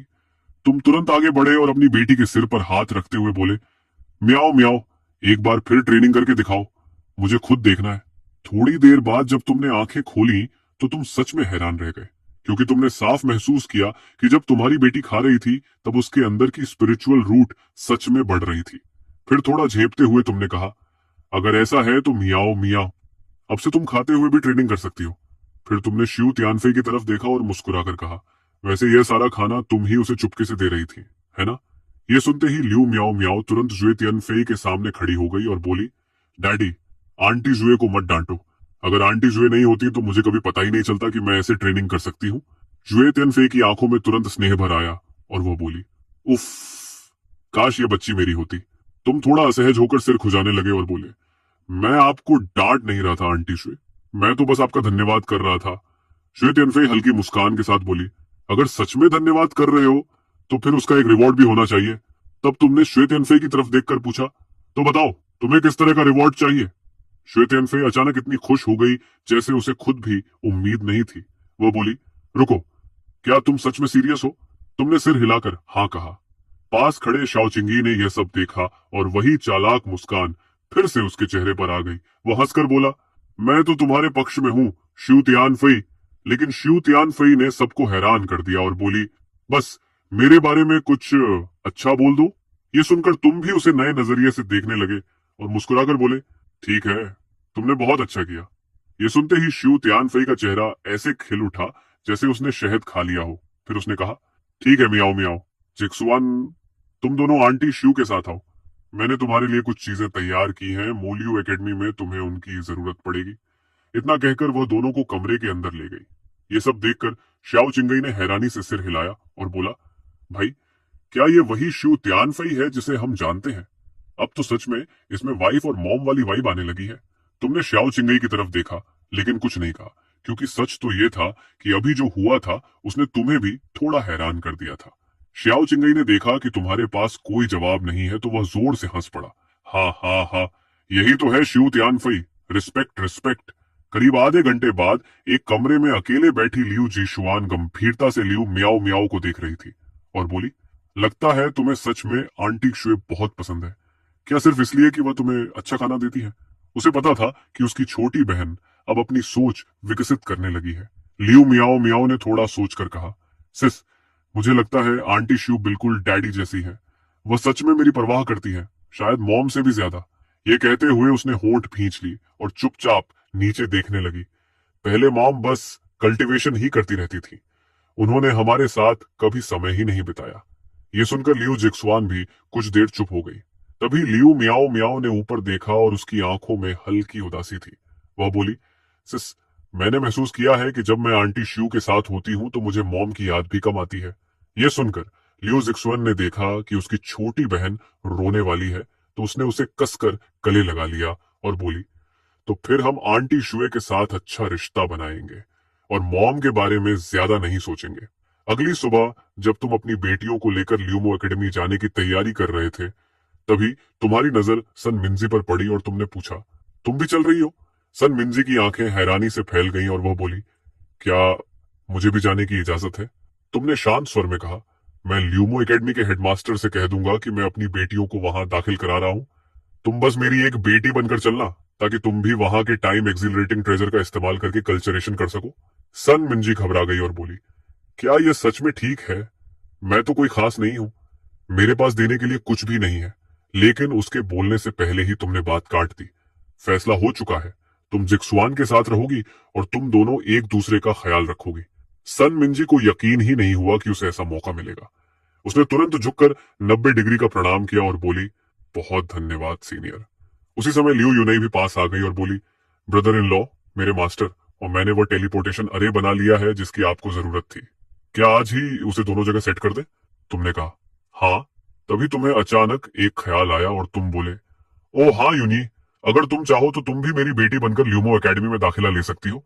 इस पहचान के साथ तुम भी वहां के टाइम ट्रेजर का इस्तेमाल कर सकोगी और जल्दी ब्रेक थ्रू कर पाओगी।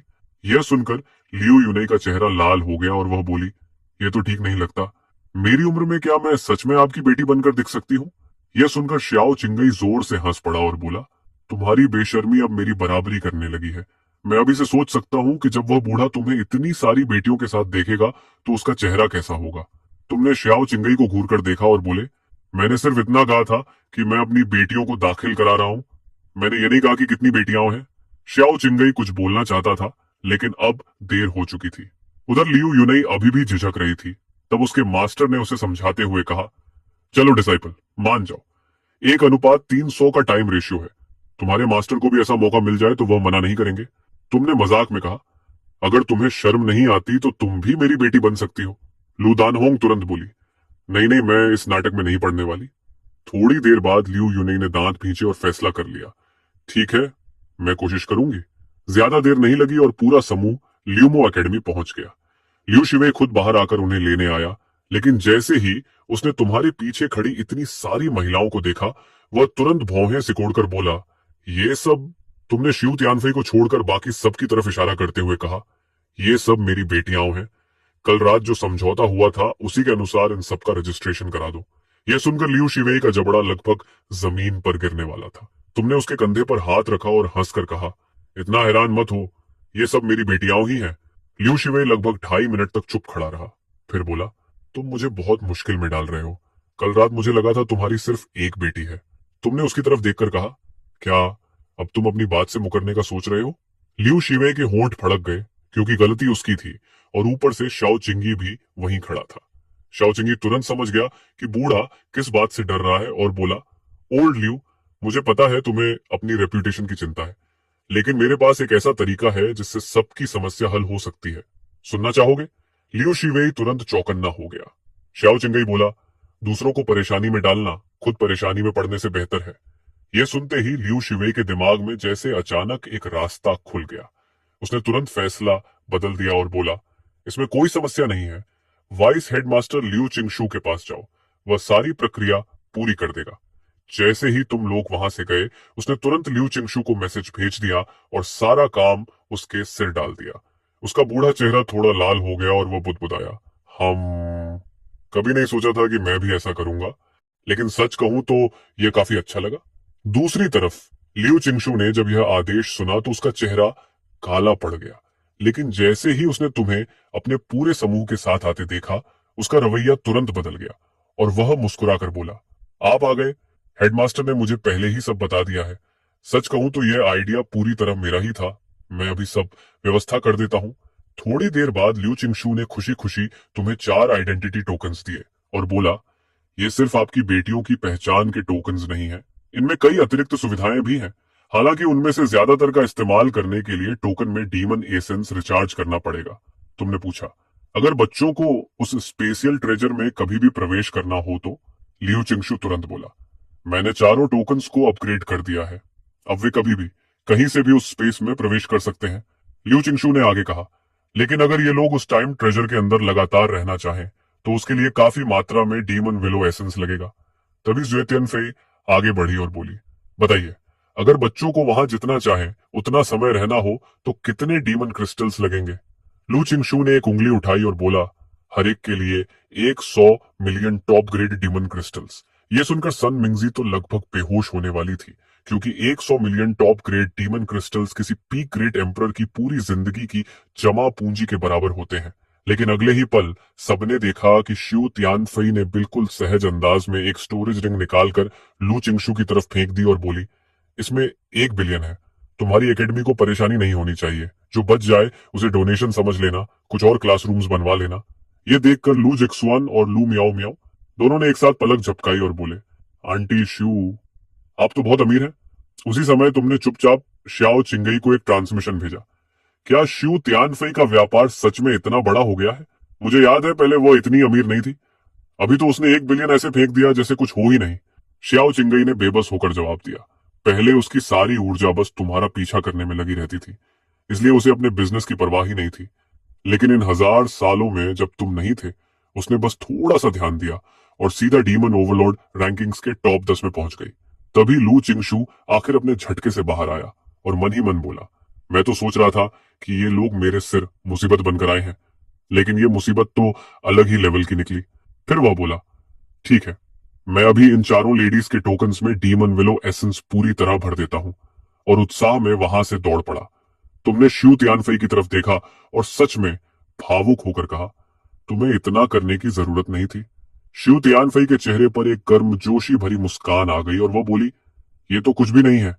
अगर आगे कभी तुम्हें और डीमन क्रिस्टल्स चाहिए हो बस बता देना, जितने भी चाहिए मैं इंतजाम कर दूंगी। तुम्हारे मन में भावनाएं थोड़ी उलझ गई, क्योंकि ऐसा लग रहा था कि शायद तुम इतने समय से शिव तियानफई के साथ कुछ ज्यादा ही सख्त रहे थे। तभी श्याओ चिंगई की आवाज फिर तुम्हारे दिमाग में गूंजी। देखा, लोगों को पहचानने में मेरी नजर कभी गलत नहीं होती। शिव तियानफई असल में बहुत अच्छी इंसान है। इस बार तुमने कोई जवाब नहीं दिया और शाओ चिंगी को महसूस हो गया कि तुम धीरे धीरे जुए तियानफई के लिए नरम पड़ रहे हो। थोड़ी देर बाद लू चिंगशु वापस भागता हुआ आया और बोला, मैंने आपकी बेटियों के टोकन्स में सारे डीमन क्रिस्टल्स डाल दिए हैं। अब बस उन्हें शी शी मोयू स्पेस के अंदर जाकर टोकन पर ध्यान लगाना होगा और वे टाइम ट्रेजर का इस्तेमाल कर सकेंगी। तुम संतुष्ट होकर सिर हिलाए। फिर वह धीरे से लुजेक्सुआन और बाकी लड़कियों की तरफ झुककर बोला, अगर एकेडमी में कभी कोई ऐसी समस्या आए जिसे तुम संभाल ना सको तो सीधे मेरे पास आ जाना। आधे घंटे बाद तुम अपनी बेटियों को शी शी मोयू स्पेस में ले गए।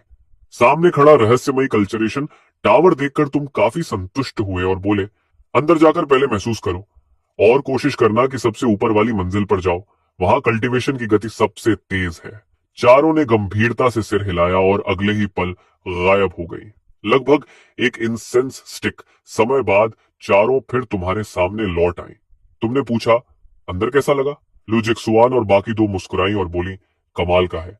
लेकिन लू मियाओ मियाओ ने होंठ फुलाकर कहा, डैडी, मियाओ मियाओ वहां अकेली थी। इतनी बड़ी जगह में थोड़ा अकेलापन लग रहा था। तुमने प्यार से उसके सिर पर हाथ फेरा और कहा, कोई बात नहीं, जब मियाओ मियाओ थोड़ी बड़ी हो जाएगी तब हम यहाँ लंबे समय के लिए कल्चरेशन करेंगे।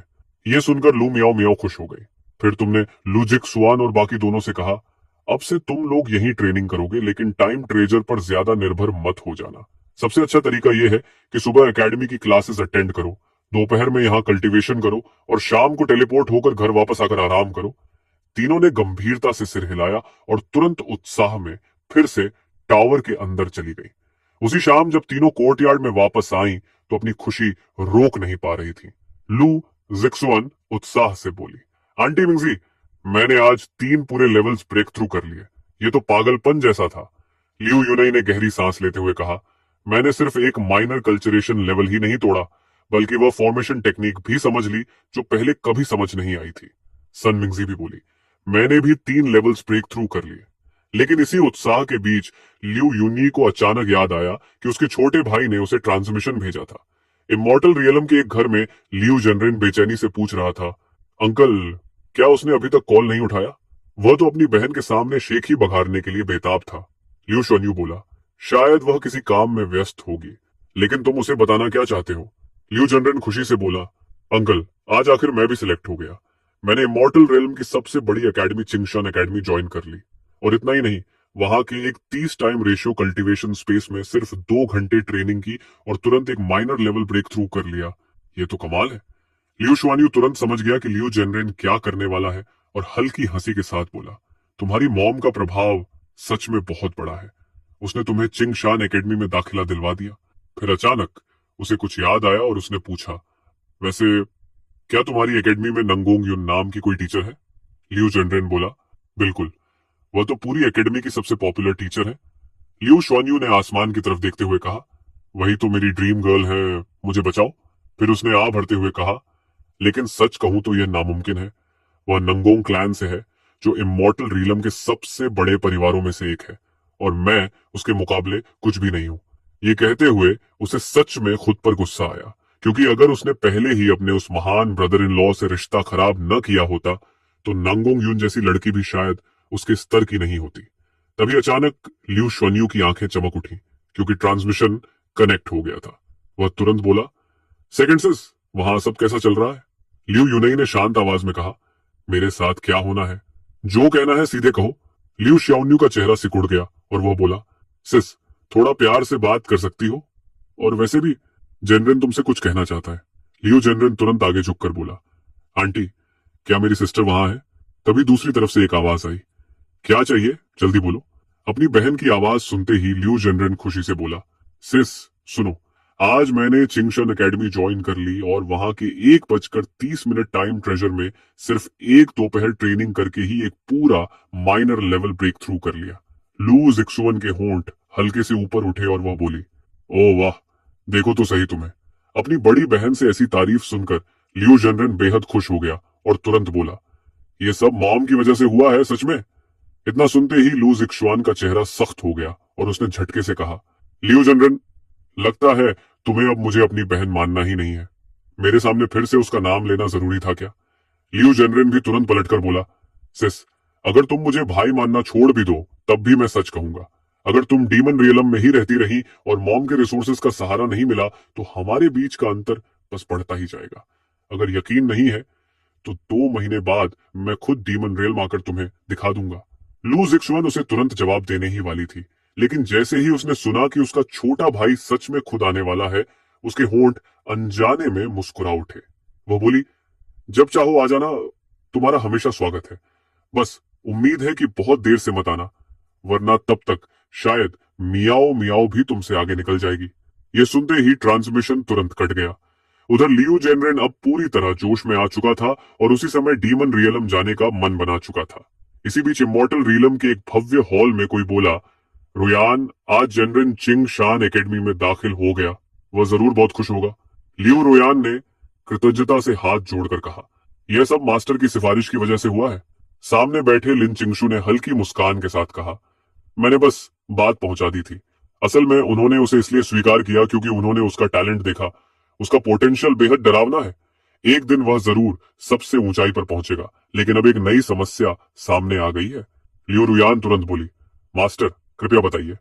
लिन चिंगशू के होंठों के कोने पर हल्की सी मुस्कान आई और वह बोली, समस्या भी उसी टैलेंट की वजह से है। अगर उसे यूं ही बढ़ने दिया गया तो वह इमॉर्टल रेल्म के कई बड़े परिवारों के लिए खतरा बन सकता है। इसलिए कुछ परिवार पहले ही उसे संबंध जोड़ना चाहते हैं।